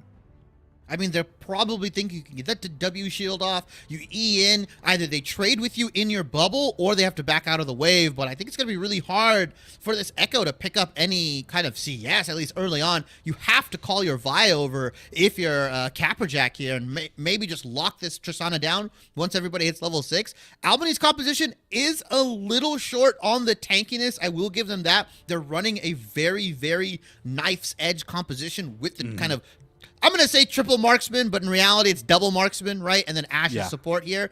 You don't really have that beefy front line. So, like I said, they have to be at these objectives first. They have the Maokai saplings. They have the Caitlyn traps. You also have the scouting vision with the Ashe E, the hawk shot. So, if you get to these objectives early, yeah, you can set them up. But Pace just has the Vi Ornn ready to kind of just walk in and take any sort of abuse. And they're just going to look to lock somebody down that steps up out of position. Yeah, well, and even more to that point, too, while I do criticize the Echo pick a little bit in terms of being a very iffy pick to have in the mid lane, I will say Tristana doesn't have a way to hold this mid in this wave in the middle of the lane when she's in the laning phase, because her passive automatically is going to execute any of those minions that are low health and applies that AoE damage, which means she's constantly going to be pushing, and that opens up opportunities for Nitro on this Vi to come in and gank this lane. And when you have a champion like Echo that essentially has a get out of jail free card where you can turbo dive that Tristana, and if it doesn't work out, you can just pull back and walk away, no harm. It's going to be something that Superben is going to have to be really cognizant of when he's playing on that Tristana, because this is a pick that is very feast or famine. It either works fantastic or it fails miserably. And Tristana, mid lane with no items, that's like playing 4v5 and you've got your arms tied behind your back. Yeah, if you can shut the Triss down early, if you can get her behind the curve that we think of, right, with the kind of like IE or Kraken Slayer into IE, right, the crit item changes, then you can really start taking these objectives. This composition that Albany has drafted is very reliant on them getting early leads. The Caitlyn Ashe, the Tristana, right, you kind of just leave Gwen on the island by herself against the Ornn, and you just hope that your Maokai pressures the right lanes and is there for the counter gank. But it's all really up to Nitro to kind of get the initiative going, right? Get your Echo ahead, provide some support for the Lucian Nami. If there are any lapses in warding or any lapses of vision that Nitro can sneak in, he can start turning these lanes around. Because like you said, both Caitlyn Ashe and Tristana are naturally going to be shoving in, and they're going to have a lot of priority, but that opens themselves up to these ganks that Nitro can kind of pull off. Yeah, and if you're looking at the side of Pace right now too, obviously I'm actually quite a bit more confident outside of this mid lane pick, which I think might be suspect depending on how the lane goes. I'm actually very confident in the actual overall capabilities of their entire draft, because Lucian is no longer this ADC pick that doesn't scale well in the late game. For years, that was the problem with Lucian, is that he was great for the first 25 to 28 minutes, but then after that, if you didn't win the game and your opponent was still farming, then that ADC was going to be better. But now, because of the way that his build works now, it's not that way anymore. He has late game power, and paired with an Ornn, that late game power is going to be even better. So you're not getting outclassed like something by a Tristana, by a Kate at long range, and you can actually do the damage, and you can get onto multiple targets because his team fighting is so good. But that is predicated on having a successful laning phase. And if you do put this Lucian behind, it is really miserable to play. Yeah, Lucian really needs that Navori power spike, right? That's when he can start kind of dashing in everywhere, using his abilities, cycling them really quickly, and that's where you get that really high burst, like you said, Lucian build, especially into such a squishy composition like Albany has drafted themselves. Even the Maokai, to some extent, he's not going to go full tank. He's going to go demonic first, most likely into the Radiant Virtue here. If he opts in for that full AP, they're going to have a really squishy composition, which is going to give Lucian so much time to kind of just tear through your team. His high burst potential, especially with the Lulu, E, and W, like the mobility that he has. I mean, Lucian Echo is capable of just popping anybody on the side of Albany in the blink of an eye, and they win the fight like that. Yeah, it should be, well, obviously with the junglers we have involved, these are two bruiser-heavy junglers. Maokai, I think, to a less degree, because while he does a lot of damage, he is still tanky to some degree, but not as much as if he were to build some of these more tanky defensive items. So, in your mind, who has to make the first move here in this jungle matchup, and where do they need to go to get this game kicked off? Oh, it's got to be Nitro, right? It really does. It was really effective on the Elise, got the early gank off. I don't know if he can do something as greedy here. He's not facing into the Udyr, so can't be punished as much, as the Maokai is a much slower clearer into the jungle here. So I would expect Nitro to try, like you said, affect that mid lane early, really like punish Tristana for picking this champion because of the natural auto-shoving lane here, and just keep it going, right? Don't lose up on that kind of gank pressure, because the moment you do that is the more time you give Albany to kind of just shove you in, poke you in a turret, pick up turret plates, right? Caitlyn and Tristana, two of the best siegers and best turret killers in the game at the moment. If you give them any more room to breathe, if you allow them to kind of siege upon your turret plates, they're going to stack up the gold, and they're going to come into these fights really, really well armed. Yeah, I think that's a really good point to make in terms of having that early pressure. I think a lot is going to be on Nitro to make sure that the lanes are making the most of any pushing that might be happening from UA. And I think it's really important that he make his presence felt around the map as quickly as possible, if for no other reason than to deter UA from trying to make any of these plays that they were making last time. I think for him, it's going to be a little bit of redemption from the first game to, hey, you know, that early aggression that I was showing, that wasn't misplaced, and I can't actually do something with it, because there were moments where he got caught in that top side jungle, in that bot side jungle, where it gave over larger plays that led to objectives that UA was able to take away. So for me, I think for them, it's going to be about playing this game slow. You're not in a rush. You have those ornaments. You have the Lucian that's going to be scaling. You have the Echo that's going to be plenty strong come the late game. You can just play to deny certain neutral objectives and just make the game stall, because I think the longer it goes for them, I think they'll be perfectly fine, especially once they start to tank or start to stack some of those tanky items. The only thing that is going to be a problem potentially is that all of your damage is setting on two members. You are waiting on that Echo to get in the engage and get the damage in. You're also highly dependent on the Lucian. So if you lose those two damage threats, then you lose any of your ability to fight. Yeah, if any of these two guys fall behind, like, it's going to be rough sailing for a Pace here. But we're going to get started into the game, Horizon. UA versus Pace, week 2, game 2 of the ECAC regular season here, man. I mean, this has got to be a banger, right? Pace has got to come out swinging. They have to. After that stomping, I would be fired up if I was Pace. Oh, yeah, they need to be coming out here with a little bit of sense of revenge, and they are using the patented North American play, run mid and sit in a bush and see if you can collect somebody, but Superben was wise on that one, and yeah, UA is going to make sure that no one gets too far into this jungle. They are going to get the vision, but that's going to be about it, and those health bars are already starting to get eat up. Yeah, they'll be able to back. They'll be comfortable here. But crucially, the Maokai and the Gwen kind of get some vision down onto Pace's red side, as Kusai is going to be fine just walking up here. He's not going to have that solo kill power that he did on the Cassante here. So unless Corellius kind of massively messes up into this top lane, there shouldn't be too much action going on there. Both of these guys want to scale. One guy wants to get the ornaments. The other character just wants to get their 2-item power spike, you know, with the Nashors into the Riftmaker or vice versa. So I would expect a lot of quiet fighting into that top lane. Yeah, and I want to highlight great communication by UA as well, making sure that they had someone rush just straight mid. Normally, you don't see that. Normally, they kind of do this 5-point spread out in the river, but Superben cognizant that might be what they want to do and ran straight mid, saw all those members invading, and Phoenix saying, hey, you know, these guys are trying to make an early move, and that communication likely saved someone from dying in that potential invade. Yeah, and like we said, the auto shoving already happening. Caprajack just waiting for the wave to come to him as both junglers start onto the bot side here. So everybody knows where everybody started. Both bot laners are coming in pretty late. Lucian, Lulu getting the first push here. They might look to push level 2 so they can kind of just establish that lane dominance early and not give Caitlyn and Ashe the time to poke, the time to kind of poke and prod them in this bot lane here. Yeah, and I really want to see QE get more aggressive here, as well as Pew try and poke this Ashe and this Caitlyn out, force them back, get the level 2, because if they don't, we talked about making sure you don't fall behind. In a matchup that's going to outrange you naturally, you're going to really struggle. So I need to see them get level 2 for this to be worth it, or you're going to start to see them get shoved in. Right here. Potential. Yep, that's going to be it. They're going to dash in on top of Tumu. That's going to be the light. Slinger going down on top of him is going to drop below half already. So first objective completed. They've got the level 2, and now they have control over this lane. Yeah, that Ashe is going to have to burn through those pots. Crucially, Lulu has the 2 red pots ready. Nitro, we said he had to come into the mid lane. Is he going to be able to punish Super Ben? The jump is ready. Yep, wants to try and get out of this one. He's going to wait to the last possible second. Well timed, didn't blow the flash. Super Ben ready and waiting for that one. Knew that could be a possibility. Gives over information where the Nitro is, but that is a pressure game, so Super Ben going to have to be respectful that Vi is still in the area. I thought Vi would try to flash follow right with the Q and force something out of Super Ben, but well played from the Tristana, jumping out just at the right time here, not giving Nitro any time to adjust the punch angle. But like you said, relieve some of that pressure. Gwen is going to have a lot of pressure into the Ornn, at least early, but Ornn will be fine. He'll be able to trade in, has the brittle proc ready, and just slams it down onto Gwen here. Yeah. Now the side effect with unfortunately being in this position as Ornn means that you're really not going to be able to contest Gwen early on in this lane, which means that the scuttle should just go the way of Azareth because of the pressure that's in the mid lane and in that top side. It should just be an easy secure. So that means that Nitro, he's not even going to contest it. He's going to go straight down that bot lane, look to secure a scuttle for himself, possibly back complete the Krugs if he wants to go up there, or wait for the bot side camps to respawn and look for another ganking opportunity.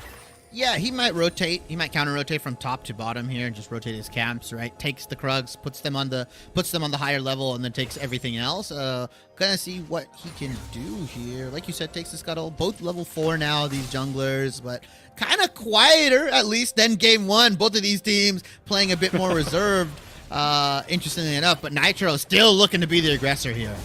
And I don't think you really want to go there, because that Tristana is going to rotate. She's going to do quite a bit more damage than the Echo in the early lane. Tumu is here. He's going to start to land the slows, and this might just be what happened in the early game, and that's first blood goes to Tumu. You would have liked to have seen someone else get it, but the Lucian firing back, not ready to let this one go, and this will be a double kill for him if he can secure it. This would be huge. This would be a much better start to the game than they had last time. Superben's going to fall. It's a double kill for QE, and they are much happier this point, but somehow still a couple hundred gold down. Yeah, the first blood ended up going over to the Ashe here, hence why they have the gold lead, but it's a faux gold lead, right? You would rather have the 2 kills onto the Lucian rather than the 1 kill onto the Ashe here, and a nice counter rotation from Pace's bot lane here. They saw that the fight was taking just a little bit too long. Nitro ended up using the E onto Tristana to get the shield just for her to live, and then it was done deal after that. QWE kind of comes in here and takes the rest of the kills, and that's a really nice play from Pace here, being the counter aggressors this time around. Yep. And as you highlighted, it was already a much slower start this game than the one we had last time. As Superman jumping in, just wants to get the procs on the bomb. But I think much better start for them. They're going to be happy. And, they are very much the ones that are in this scaling matchup, at least, on paper. Obviously, Gwen will scale pretty well. So will Kate and so will Trist. But, again, having access to those ornaments gives them that much better late game power. And so to have a clean start like this for the most part, obviously giving first blood doesn't feel good. But you have, as you highlighted, that double kill on the Lucian. He's going to be feeling pretty good. He has those double long swords in inventory. And that is a pressure point that you can already start to play around and set you up well for this late game potential. As Gaffer Jack gonna have to wear out. Didn't blow the ultimate, but does have to leave the lane. That's really rough trading into the Tristana bomb, right? You wait for your W to go out. It's taking so much time, and by the time it comes in for the shield, your health is already pretty much gone here. So a little bit of a matchup unfamiliarity, I'm gonna say, from Capperjack here, which can be often the case when you go into these collegiate matches, especially if you're going into like a Tristana mid. There's not that often where you see that, and she ended up opting for the press the attack instead of the Halo Blades. So for those more extended trades, she's going to do a lot more damage. Yeah. Now, Nitro is here. He doesn't have access to level 6. 90 caliber net takes Joe out of harm's way, so he'll be none the worse the way for that one. Careless, meanwhile, in it. And in Kusai, they want to try and knock this Ornn down. And if you're into scaling, the best way to do it is in the Death Chamber. They want to win the kill, though, but they don't want to give over one of themselves. Careless board snips, sends him straight to the found. Careless is on the board. Yeah, that took a little bit too long for comfort, right? I was like, looking at it, I was like, ooh, are they going to get it, or is he going to get a kill out of it? They ended up opting in, giving it to the Gwen here. Going for the same start, Corellius, the Cull into the Amp Tome. So really just playing for that heavy scaling. Nitro, though, very smartly starts up the dragon. Even in vision, this is completely safe because Azarath is in that bot lane. I said it was safe, but wait a minute. Uh-oh, Nitro, he's got the shielding. He will be able to smite it for health, and now UA need to get out of this bot lane. That looked sketchy there for a second, but they got vision it was happening, of course, but no jungling smite means that they are under no risk to lose that objective. Yeah, I said completely safe, Horizon. I rephrase that. Mostly safe. There's like a 5% chance of error there, but they end up getting the dragon here. Good job from Pace. Small gold lead for UA, about 1,000 here. That's probably off the kill, the first blood and the kill in the top lane here. You just look across the board, there's small CS advantages for each of the laners here, which kind of adds up to that very small 1,000 gold lead. But Nitro's level 6. He's going to press the button. Tumu doesn't have flash. He does have the exhaust, but I think they're out of this one. There's just not enough commitment soon enough. Oh. Is Maokai going to go ahead and pop the ultimate? Twists to get fans. Wait a minute. Nitro wants to try and get him. He's going to go unstoppable, but this is such a split play. He wants to try and get Tumu, but he's not even going to get that. And Nitro is going to be the next one to fall. He'll commit it just to try and get QE and Raw out, but that's not going to be enough. Tristana's jumping in. It's going to be a dash forward. Lulu ends up falling in the end, and it's a 2-for-0 trade. The dragon fell earlier. There's nothing for them to play for.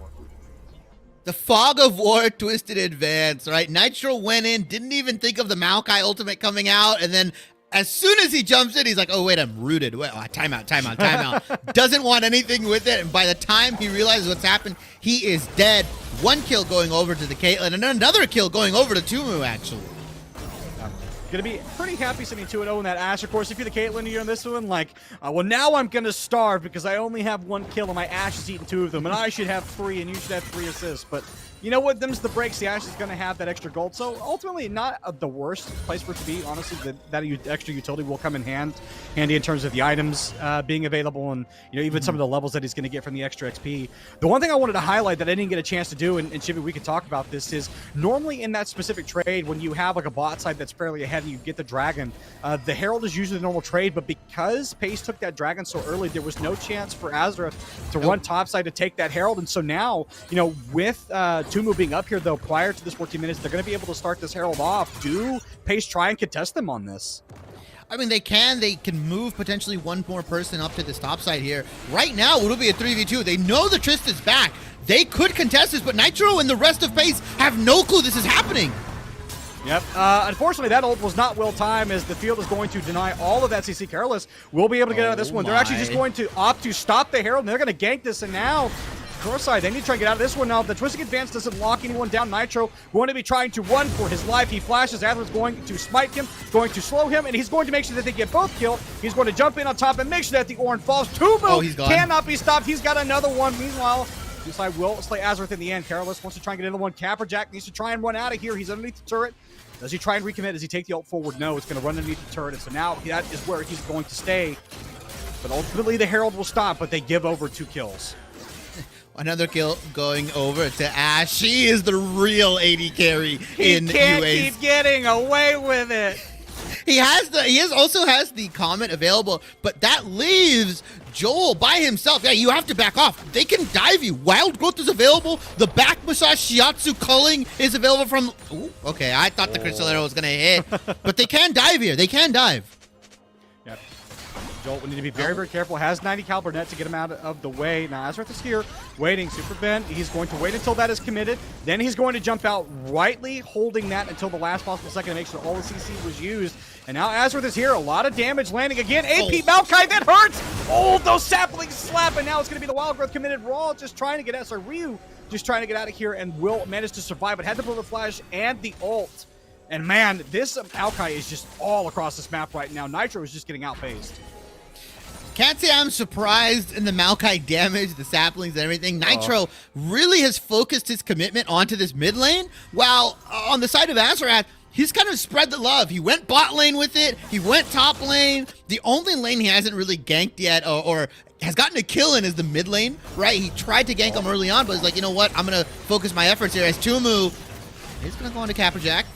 Might be a trouble. Flashes the Ashe arrow. Otherwise, that would have been certain death. It would have had enough damage to kill him. But yet another summoner blown. And the mobility right now for champions that aren't even supposed to be mobile outside of the Maokai should be right now. It surprised me. Like, Tumu is everywhere. Like, we're talking about the Maokai. Like, this Ashe has been in every lane in the last 3 minutes, and they're not done. What surprised me the most wait a minute, Azarath might be dead here.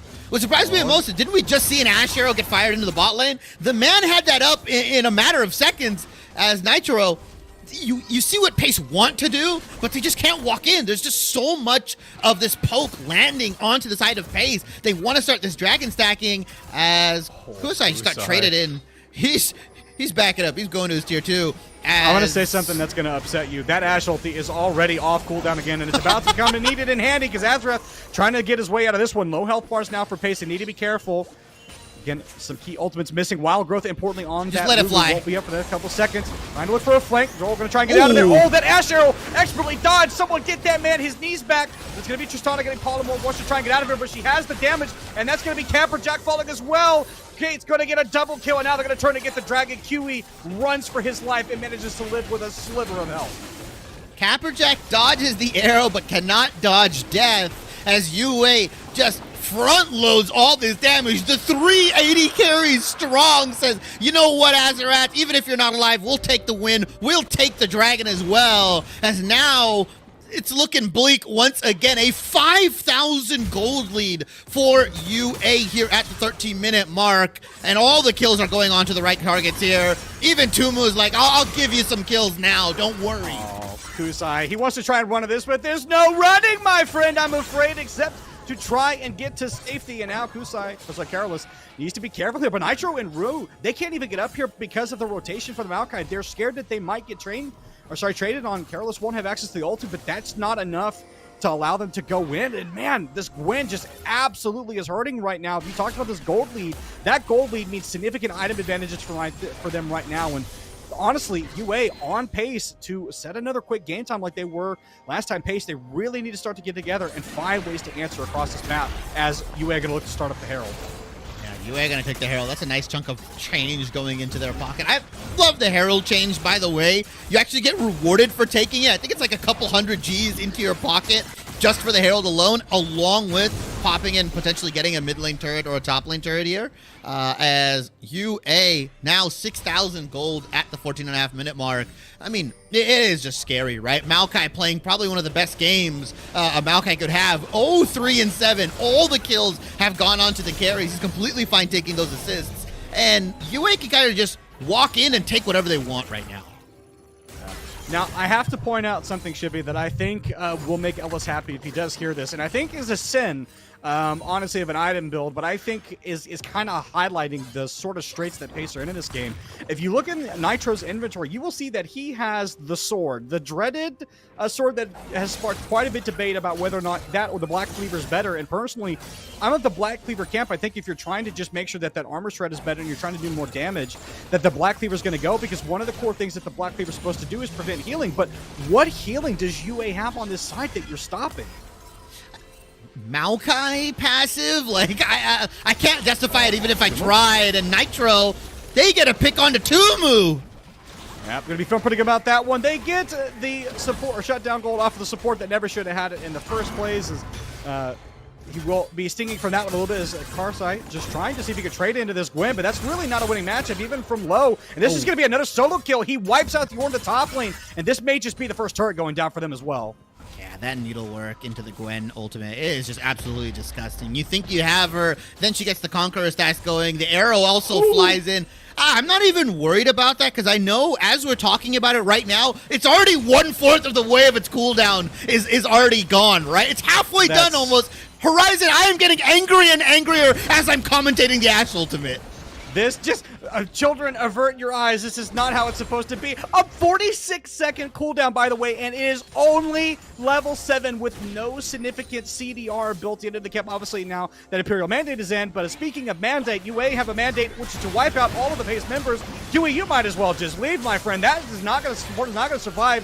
That's going to be ultimate committed. It gets canceled because the Lulu just dies too quickly. Kate can't even ulti because the damage is so high in this game. Nitro shows up, only see his friend die. That's the Ashe arrow committed, and if we wait long enough, it'll be over, but not quick enough to shoot a second one into the back of Nitro, because he only needed the one. He's dead for 26 seconds. UA are just running away with this game, and really, it looks like it is theirs to lose. Yeah, 8,000 now at the 17-minute mark. Super Ben just trading into this mid lane, not having as explosive as a game as the Tryndamere, but doing his job, right? 164 to 125 CS. Right now, the bot lane is carrying for UA. Careless, leave him alone, man. It's stop it. He's already dead. Leave that man alone. It's bullying at this point. You've already made your point. You've pushed him halfway to tier 2, but this Gwen is like, nah, man. I'm gonna keep farming up this CS, and I dare anyone to try to come here and stop me. And Azareth, with a man possessed, just jumped straight on top of the Lulu. We know you don't have wild growth. We know you have no way to stop us. And now, oh, Joey wants to try and jump forward. He gets the kill. He may give his life up to Nitro though. Is this gonna be a double kill? Smite committed as well, but the Maokai comes to the rescue, but not quick enough as he will drop at the end. Teleport going to be committed now from the Gwen, and Nitro has to beat a hasty retreat. Careless may not be wanting to let this go. That's not the way you wanted to go. You want to go underneath the turret. He doesn't care. He's going to dive under tier 2. Oh, there's no way. Careless didn't have a way to go underneath the wall. Nitro was so lucky to live, kept his flash. Oh, but he may not lose his Brumu. He wants revenge. He wants revenge. He wants to try and land the W. Oh, no, it's over the wall. It's so smart. There's so much chaos on the Rift, but Nitro, he lives with a bare smidgen of health. Yeah, a sliver of HP to his name and nothing else. Luckily, Carelius didn't have a flash or any way to go over the wall. They committed so much. Caitlyn flashed in, got the Piltover Peacemaker onto Lucian, got the kill here, and just was cleaning up. And you just see the item difference from UA, right? Mythics completed, second items completed for the Gwen here, as well as the Rift Herald does get dropped. You just look on the side of Pace, they've just barely completed their Mythics. They've got some component pieces here and there, but they are so far behind the curve, as Herald waddling his way to the top lane was enough to scare off Ornn. Yep. This is a specific instance where, you know, you have a quantifiable example of the weight of somebody's mistake, and that weight is shown in gold. That is a massive gold lead for UA to have, and they're going to translate that into the second dragon of the game. So they're going to look to start stacking those, and right now, there is just nothing Pace can do about it. They are getting out-rotated, out-fought, out-damaged at every spot on this map, and what we thought might be a strong point for Pace to have some of the armor is just not mattering, and Nitro's going to wish he had even more, because he's going to go straight into the death chamber, gets the Lulu shield, but they're surely going to knock this one down. Dies before he can get the blast cone. That Enchanted Crystal Arrow will go wide, but it doesn't matter. The jungler is dead, and they can look to continue to push these waves. Yeah, they're just going to march on down into the mid lane, into the bot lane. They're going to leave Gwen on an island, since you know what? You can handle pretty much any pressure that goes. And we talked about the siege potential of the Caitlyn Triss. The depth charge onto the tower, the traps being set up as well. There's really no way Pace can kind of stop this. Yeah, this is the siege that we were talking about, and now Pace, they really need to do something here. They need to make this work. They're going to try and get Azareth if they can, but he's going to survive for now. Will drop eventually to the Ornn. What else can they get? It's only the one kill. And they don't give up anything more. They don't give up the turret. They make sure that they knock him down, so that shutdown gold goes over. I believe there was a small bounty on him. I may be incorrect. I may have missaw that. But they will be happy just to stop the siege temporarily. And I wouldn't be surprised if he did. The man's been on 12 of the 16 kills here. Amazing early pressure, amazing just kill participation from the jungler. Love what we see here, as we thought Nitro would have the early aggression. We thought we would have it as, wait a minute! Super Ben, he lived there for so long. Enchanted Crystal Arrow is not going to matter. It was a brief kill, but honestly, I think in that case, it took more people to kill the Tristana, and she still came away with a kill. Nitro looking here. What else does he want? Wants to try and charge forward, but won't find any range to get on top of him. Yeah, I mean, Pace, they're trying to find ways to fight back, but it's so difficult for them. They're trying, they're getting the pick here and there, right? But it is still like a 9,000 gold lead for UA here. They're just looking for some of these AD carries, these fragile AD carries to step up in the wrong place. They do have that like instant jump potential with Nitro's ultimate plus the Lucian and Echo follow-up here, but it's really rough. They have to eventually just look for like a really nice team fight or something like that, because they're just slowly bleeding out. UA is just taking everything on the map. Baron is up. They're setting up for that right now. They could just slap them with their wallet here. Yeah, and that late game scaling that we had online for Pace that we were talking about right now, it just feels so much farther away. Like it's going to take them a long time to really get there. It is only the one item completed for Ornn. He's got that first upgraded item, but it's going to be a while before the other members of this Pace squad actually have enough of that gold invested from that extra upgrades that they get. difference right now. And, you know, again, we highlighted one of the things that we were expecting was that the extra durability that Pace allegedly drafted was going to matter, but so far we just haven't seen it. And right now, this is a 4-man commit to try and knock down. They have to get something because on the top side, they are trading for Baron. The more time that he wastes, the better it's going to be. The Tactical Arrow does not matter. UA will look to secure this Baron. No jungle on the top side means that this objective is essentially just free. So Pace will look to try and trade for the objective in the bot lane. But I think, honestly, if you're UA, you're fine with that trade. Oh, Corellius is typing worth in all chat, right? He's saying send more, give my team Baron as UA picked that up, and now the siege begins. It is more than likely that this team can just end off of one good team fight, off of one good push, because they have the double 80 carry composition ready to siege. Also, Gwen with the TP available as well can just split them apart. Yeah. And I think you're seeing an example where, you know, they really don't have any other choice. I think Pace are being forced to make these decisions. And, okay, do we give up this neutral objective or do we try and contest a Gwen in the bot lane? They did this horrific decision to have to make, but they're being forced in that position. Dragon is going to be in about another minute and 20 seconds. The Baron will not fall off in that time. So UA have plenty of opportunities to shove out these waves, knock down this top and bottom outer tier 2, make sure that Pace are pushed all the way in their base and look to take this next Dragon and say, okay, you have to come fight us. What are you willing to give up? And I think that in this case, Pace, they're going to have to make some pretty tough decisions on whether or not they leave their base or try and wait UA out for a couple more minutes. Yeah, I mean, they're just going to kind of slowly close in onto Pace's base here, set the vision up, set any picks up. They have the Ash Arrow ready and locked and loaded, ready to fire onto anybody. And there's equal lockdown potential from UA, right? With the Maokai, with the Caitlyn traps. If anybody steps too far forward, we've seen Tumu is more than likely letting that Ash Arrow rip whenever it's up on cooldown, as they are going to take the safer route. They're going to pick up the Dragon most likely with one member and then look to push, but it is going to split them apart a little bit. There is a window for Pace to maybe get a pick on somebody. Yep, and if we could get the spectators to kind of toggle the vision before this potential team fight breaks out, I want to highlight just how dark this map is for Pace and how little they actually see in this map because they have no wards. Look at that Dragon. They have one ward and a tri-bush. That's it. And they have 2 TPs available for it, but that's going to require them to make that move in the Fog of War sooner rather than later because UA, they're going to knock down this tier 2 and they're going to look to get the team fight. It's already gone up there, and Ornn is the first to fall. Nitro, he might be next. It's going to be the flash forward. Azrath wants to try and get a couple more. Wild Growth committed just to try and keep Lucian alive. They're going to knock down the inhibitor. No! Super Ben knocks him down. QE falls. The Baron Power Minis are going to start to do work as they're going to send one member to start off this Dragon. And UA, they are looking to put the final notes. They are looking to exit stage right with the win. It's 24 minutes. This might be another quick game. They're not even going for the track. They're going to try to find the end. Shredded. It goes back. Yeah, they have the opportunity to end the Shibby. Can they end this? Oh, they're going to push in potentially here. They don't have their front line available at the moment. They are kind of low. Your Tumu, unfortunate for the support. Going to get bullied here. They force the Echo back, though, and Horizon, part of them probably wanted to, but they're taking the smart play. They said, you know what, we got the They inhib. baited me. I got baited.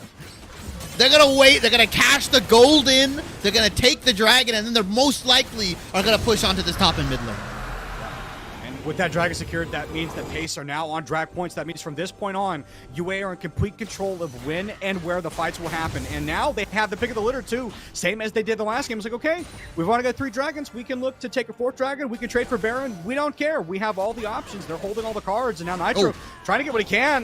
Joe comes over the wall, but needs to be very, very careful. Doesn't see anybody else in the map, but Channel Crystal Arrow again going to miss. I think if we had I'd be interested to see what maybe the over-unders would have been betting-wise and whether or not those enchanted crystal arrows will hit, but regardless, it's such a short cooldown that it honestly doesn't matter. And so, should we, I feel like we have to ask, just to give it the benefit of the doubt, is Catherine may make a liar out of me? No, he manages to survive.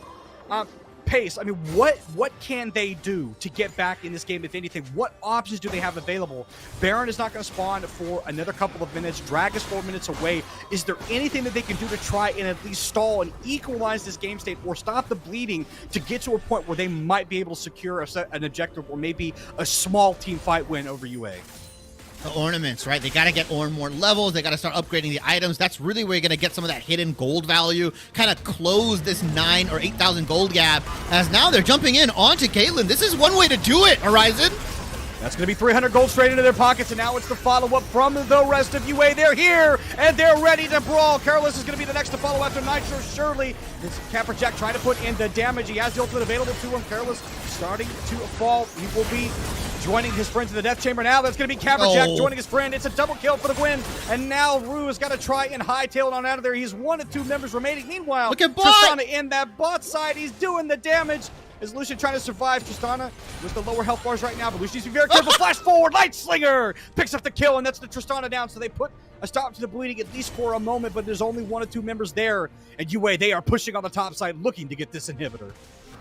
Ben had the item lead and thought it was okay, right? He's like, all right, I can do this. I can fight this Lucian. Not knowing that's a crack in Navori. The burst coming out from this Lucian. We said it was going to be a problem if they got ahead. Right now, though, Pace are capitalizing on a lot of mistakes.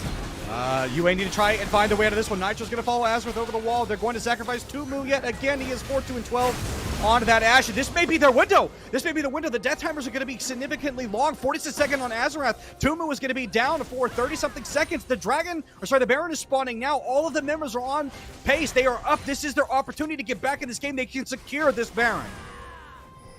It's very risky, right? You still have a Gwen breathing down your neck. Caitlyn and Tristana are still also up, and Nitro. Oh, Horizon, he tricked you. Oh no, I thought even for a moment it was going to be possible, but Gwen breaks my heart with the snip. She's going to fall in the end, but it's still the jungler down, and that's going to be a polymorph going on top of Joe. Tristana's here, though. That's going to be ultimate committed, but it doesn't take him very far. Now Super Ben wants to follow. Oh, he does have the flash and the jump. No, he only had the jump. That was a really long jump. I thought that was flash. Wants to try and find Rue if he can. The ward's going to reveal, but the moment I praise Pace for getting a pick off, the moment that we think they just might be able to do something, the Gwen makes a liar of me.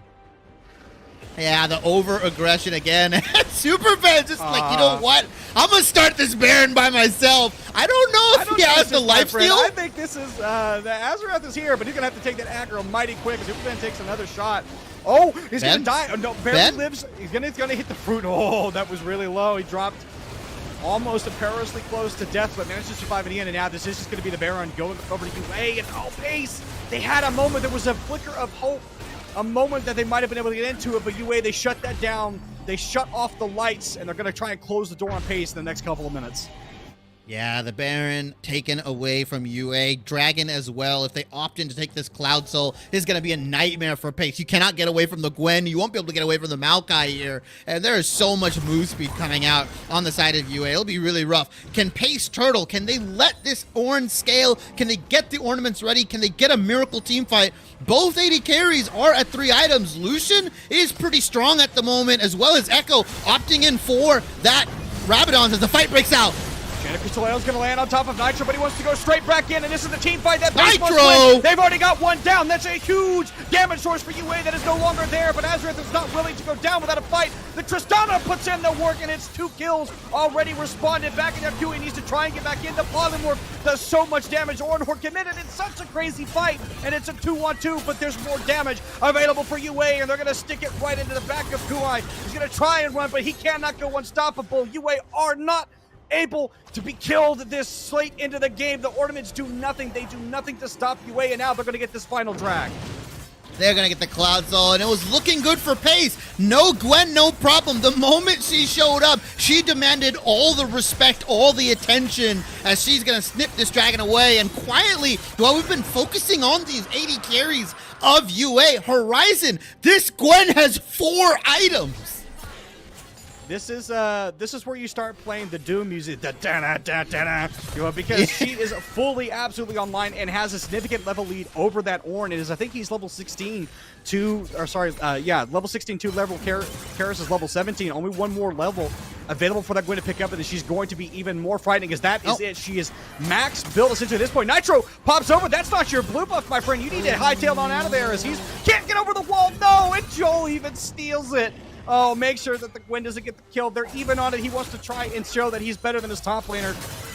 Oh, and Carolus, Shibby, this should just be the end right now. They've got so much damage. They've got the Baron Power minions. They've got the items. They've got everything they need to close out this game.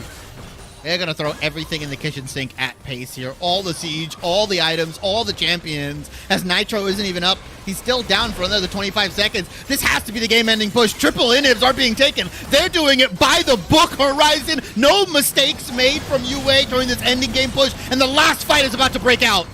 Pace, they need to find something to make this work. Their bare base is in shadows. There is nothing they can do to survive this. They must make something happen. The ult committed, but now it's going to be Camperjack going down, and it's just as quick as you please. The health bar's depleted, the hope's defeated, and there is nothing Pace can do. They're going to look to pad the stats. They're going to make sure they get them all, and they're going to put a clean into this game. UA, they win the series 2-0. A quick 2-0, 24-minute game into a 32-minute game.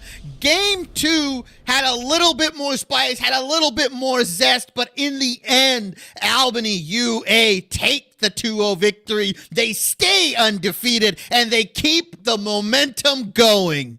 Shibby, the more things change, the more they say the same. And, Pace in that game, they were trying to change it up. They were trying to slow things down, trying to change the game plan. But at the end, it didn't matter. UA, they drafted a great comp. They played towards its strengths. They just continued to run at Pace every single chance that they got. And there was just nothing they could do. There were some moments, there were some brilliant moments where they were going to be able to try and fight their way back into some hope at the Baron that maybe they could do it. But then that Gwen just put the needle in our hearts, stole all the hopes away, and said, no, not today. We're going to clean 2-0 in this one.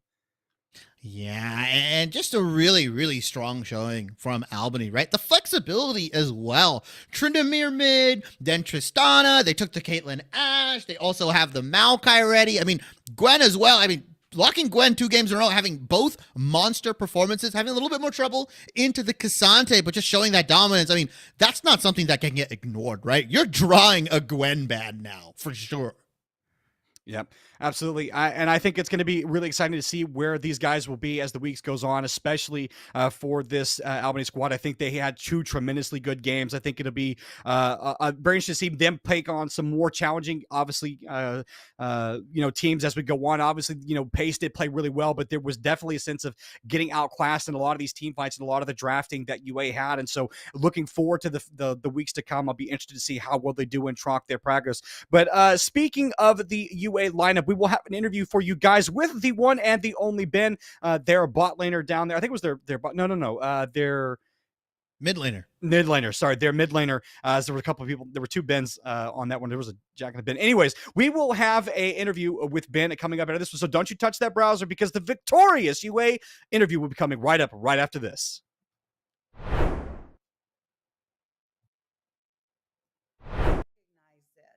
And I think that's really, a key driver of why brands are in this space. They want to be part of building that future workforce and leadership and shaping it and supporting it. So, yeah, it's been a very interesting space to watch. And we offer such a big, we offer such a big counterpart to traditional sports also, because it's a counterpart, but it's also the same, is what I'm trying to say. Because when you're traditional sports and they're done after their 2-a-day workout and they're done after their practice scrim, they're coming home to play Call of Duty and relax and put their feet up and get a drink and play video games. It grows their brain, problem-solving skills, and their hand-eye coordination while they're home. Hand-eye coordination, if you're a football player, massive skill. So it helps build those things while they're off the field. And then for us, vice versa, if you're an esports athlete, one of the errors I had growing up when I was competing in esports is that I was not active enough. I played sports, I competed a little bit, but I wasn't active enough truly when I look at it. So that's one area that esports players can learn from in terms of activity and physical and the marrying of both. People say, oh, sports and esports, video games. Not really. We're just kind of the tech industry's competitive form of competition, as to where traditional sports are more physical, hands-on. So I believe in the marrying of these 2 sectors and that they actually live together while also being counterparts. Well, I think then to speak to something about marrying, right, from traditional to esports, that to me speaks to this whole new thing, at least again from you guys, right? You guys have more traditional sports background, right? Paul, Lee, Mike, and all of that. But I think let's talk NIL then, because I think that's something that I think is really interesting, that at least when I heard about it, right, of what we're trying to do with, esports athletes, schools, programs in general, because it wasn't something you would think normally, right? You could understand, right, football player on the field, star quarterback, it makes sense, right? The guy is somebody that everybody knows on campus, whether you're on the team, off the team, or you're just going to the school, it makes sense. But I think, nowadays it's not as common, or people don't think that they could be somebody that their name is out there, right? Or that they're known, right? As we're growing this space, as we're putting this together, it almost feels really interesting that, your star entry, your star entry in Valorant, or your star forward on Rocket League, right? Whatever the case might be, now they can have NIL deals. It's a thing out there, and I think, I don't know, maybe Mike, you want to start off, but I think thank you for teeing that up. So I was talking for too long. I forgot to bring NIL into the mix. So it's a common occurrence, occupational hazard. So I would say that so NIL for I'm sure most of you watching understand what it is, but NIL stands for name, image, and likeness. Name, image, and likeness, that term has been utilized to describe the transition of traditional student athletes, NCAA athletes, and their ability to monetize their name, image, and likeness. It went live July 1st, 2021, and it has continued over the course of the last nearly 14 months now. It's an interesting term because it's been co-opted to describe the NCAA's approach to student athletes being able to make endorsement money or be able to monetize any part of their name, image, and likeness. But it's been around forever, right? We've had athletes endorsing brands for over 100 years. Babe Ruth of the New York Yankees was endorsing brands 100 years ago, and it has continued onward from baseball cards all the way through now, where we have lots of different integrations of how influencers can monetize their followings. So what I would say on the traditional side is it's still a very young space. There are a lot of stories out there regarding NIL that tend to focus on the negative or how out of control, I put in air quotes, it has gotten. But there is still a burgeoning marketplace for many more student athletes that are involved.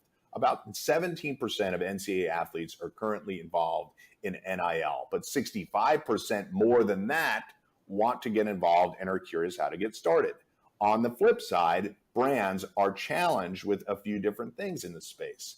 There are 10,000 professional athletes in the United States. Once July 1st, 2021 hit, and you dump every NCAA athlete into that space, that's another 500,000.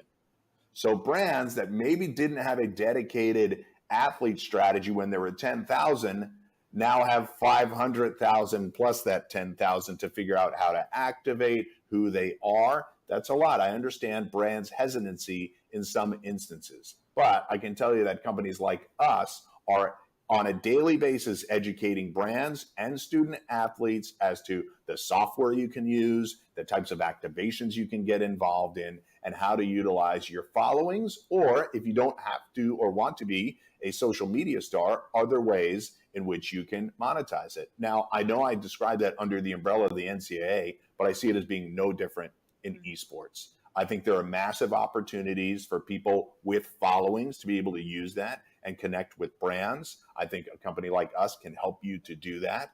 And then beyond that, we can make sure that those transactions are safe for you. I think there are opportunities, not just at the individual competitor level, but at the program level to have a sponsorship go to that. I'm sure some of you out there listening and watching already have deals like that in place, but I think we can continue to enhance, augment those deals and make them more comprehensive and make them, first of all, I think product deals are perfectly fine, but I think we can get beyond that and grow some of these deals to a greater extent. Paulie, thoughts on that?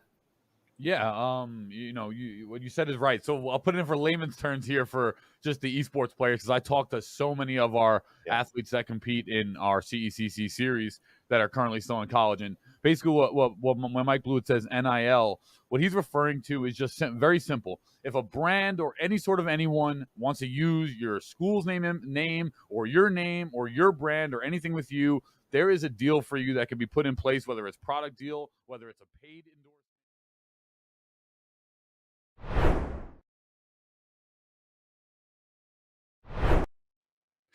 Ladies and gentlemen, welcome back to the Caster Desk. I am still Horizon. That is still Shibby, and we are joined by our very special guest. We are joined by Ben from the victorious Albany U. Man, how are you feeling after that victory? I'm feeling really good. Yes, thank you for having me on. Yeah, no problem. And I gotta let it rip right off the bat, Ben. The Tryndamere, the Tristana, the 80 mid lanes, you're taking some stuff that isn't naturally seen. I mean, what? Talk me through the absolute confidence it takes to run those picks into the mid lane. Yeah, so me and my top laner, Leo, we're both top lane players. So it's really easy for us to flex these top lane champs like Tryndamere, Aatrox. They actually did ban Aatrox in the game 1, Mhm. but Tryndamere is just like really like overpowered, and we know that the enemy mid laner will probably play an melee mid laner. So Tryndamere can just like, as you saw, like I can just dive him outright. Like if I have Ghost and I know that he's like immobile, or if he doesn't have like Flash, very very free dive. You just do whatever you want in that Tryndamere lane, pretty much. Yes, absolutely, yes. Ben, one of the things I wanted to ask you after we saw that Tryndamere game was that we were talking about on the broadcast is what was the team environment like? What were the comms like when you're a Tryndamere and you're having that game where you're literally playing a character that is too angry to die? You're diving bot lane, you're getting double kills over and over again. You went and spent enough money to just buy the quick blades and half of a Lord Dominic's. Like, what is the team environment like in that moment where you've just like spent fat stacks and you're running in and just killing everybody? I mean, I was feeling like I was on top of the world. Like, when you're fed as Tryndamere, you have Ghost, you have Kraken, you're unable to be peeled away, you're unkillable. I had so much tenacity from my runes. Like, it was just an amazing feeling. We were all feeling it, all 5 of us in the voice comms, and it was honestly such a great feeling. And it seems like you guys are like a super flexible team, right? Like they banned the Tryndamere out in game 2. You're opting in for the Trist. You ran like a pretty much a completely different composition to your game 1. Do you value that as a team where like in this hectic collegiate kind of space, you want to be super flexible? Or are you more of a team that likes to be on the strict and kind of be on the like, here's our compositions, here's what we're going to run. If we get it, we'll roll you? Like, what do you guys as a team kind of value? Well, that's kind of how draft is, right? Like, you can't just stick to one team comp and expect to win every single game, because eventually opponents are going to find counters to it. So I honestly prefer having a more flexible team comp, because you can bend the draft into your favor, and that's just how you win more games. Now, Ben, one of the things I wanted to ask you, we talked about this, especially on the drafting side, and I think that should be just rightly brought up, but you talked about these picks that, people have to be aware of. In terms of your drafting philosophy, are these specific picks, you talk about having the Gwen on the top side, the Tryndamere, that Tristana in the mid lane, are these things that you think are going to be strong meta-wise that you're seeing maybe in professional play or other semi-professional play, or are these things that are unique to the team that y'all will continue to bring out? And do you think that the meta is moving that way, or is it just local to you guys? I think that it's kind of both, because pro teams tend to be the more stricter type of teams where they say, okay, this is our draft plan. We're going to go in here. We're going to try to get what we want. And I find that there's very rare adaptations in draft. Like, you don't see anybody playing Tryndamere mid into like melee. Even like you could play it into mages and still just outright dive them. But especially in like the eastern regions, like you see that. Like, even just yesterday, like they were just playing the same 5 champions, like Kasanti, Azir, Gnar, Lucian, Nami, Zeri, Lulu. Like, you don't really like see that, or you do see that, but like you don't really see any like adaptation. And I think that that's like part of the reason why like being flexible is better. Well, Ben, we want to congratulate you once again on y'all's victory and improving to 2-0. We will be looking forward to tracking y'all's progress as it continues. Before we go, we want to give you the opportunity to shout anything out. If you've got a teammate, a friend, a family member, a pet, if you got anybody or anything to shout out, the platform is yours, so go ahead. Yeah, I'd like to shout out my whole team. It's been quite a ride. We have not lost a single game so far. And all of our wins have been extremely one-sided. I mean, you saw. Yeah. I'd like to shout out Professor Lazinski for putting together all of this stuff you see around me. I'd like to shout out all my friends, and yeah, I guess that's it. Well, ladies and gentlemen, you heard it from the one, the only Super Ben from the victorious UA. Ladies and gentlemen, that is actually going to do it for us here on the broadcast. We want to thank you so much for spending the time to watch with us, with me, with Shibby, and everyone else that is part of this broadcast. We thank you so much for tuning in. And we want to encourage you to tune in again. And speaking of tuning in, you want to tune in next Monday, because what we have coming up is Rocket League and Super Smash Bros. Starting off our next week of broadcast. You don't want to miss that. And please, in order to catch that, you're going to have to follow us here on the stream and on Twitter at eSportsU on Twitter. So please do that and follow, subscribe where possible to make sure that you stay in line with everything that we have going on. But once again, we want to thank you so much. So final parting words is make sure that you leave base with a couple of potions. Never go into that deep, dark, scary jungle without a friend. And as always, be good to one another. We want to thank you so much. And please have a great rest of your night.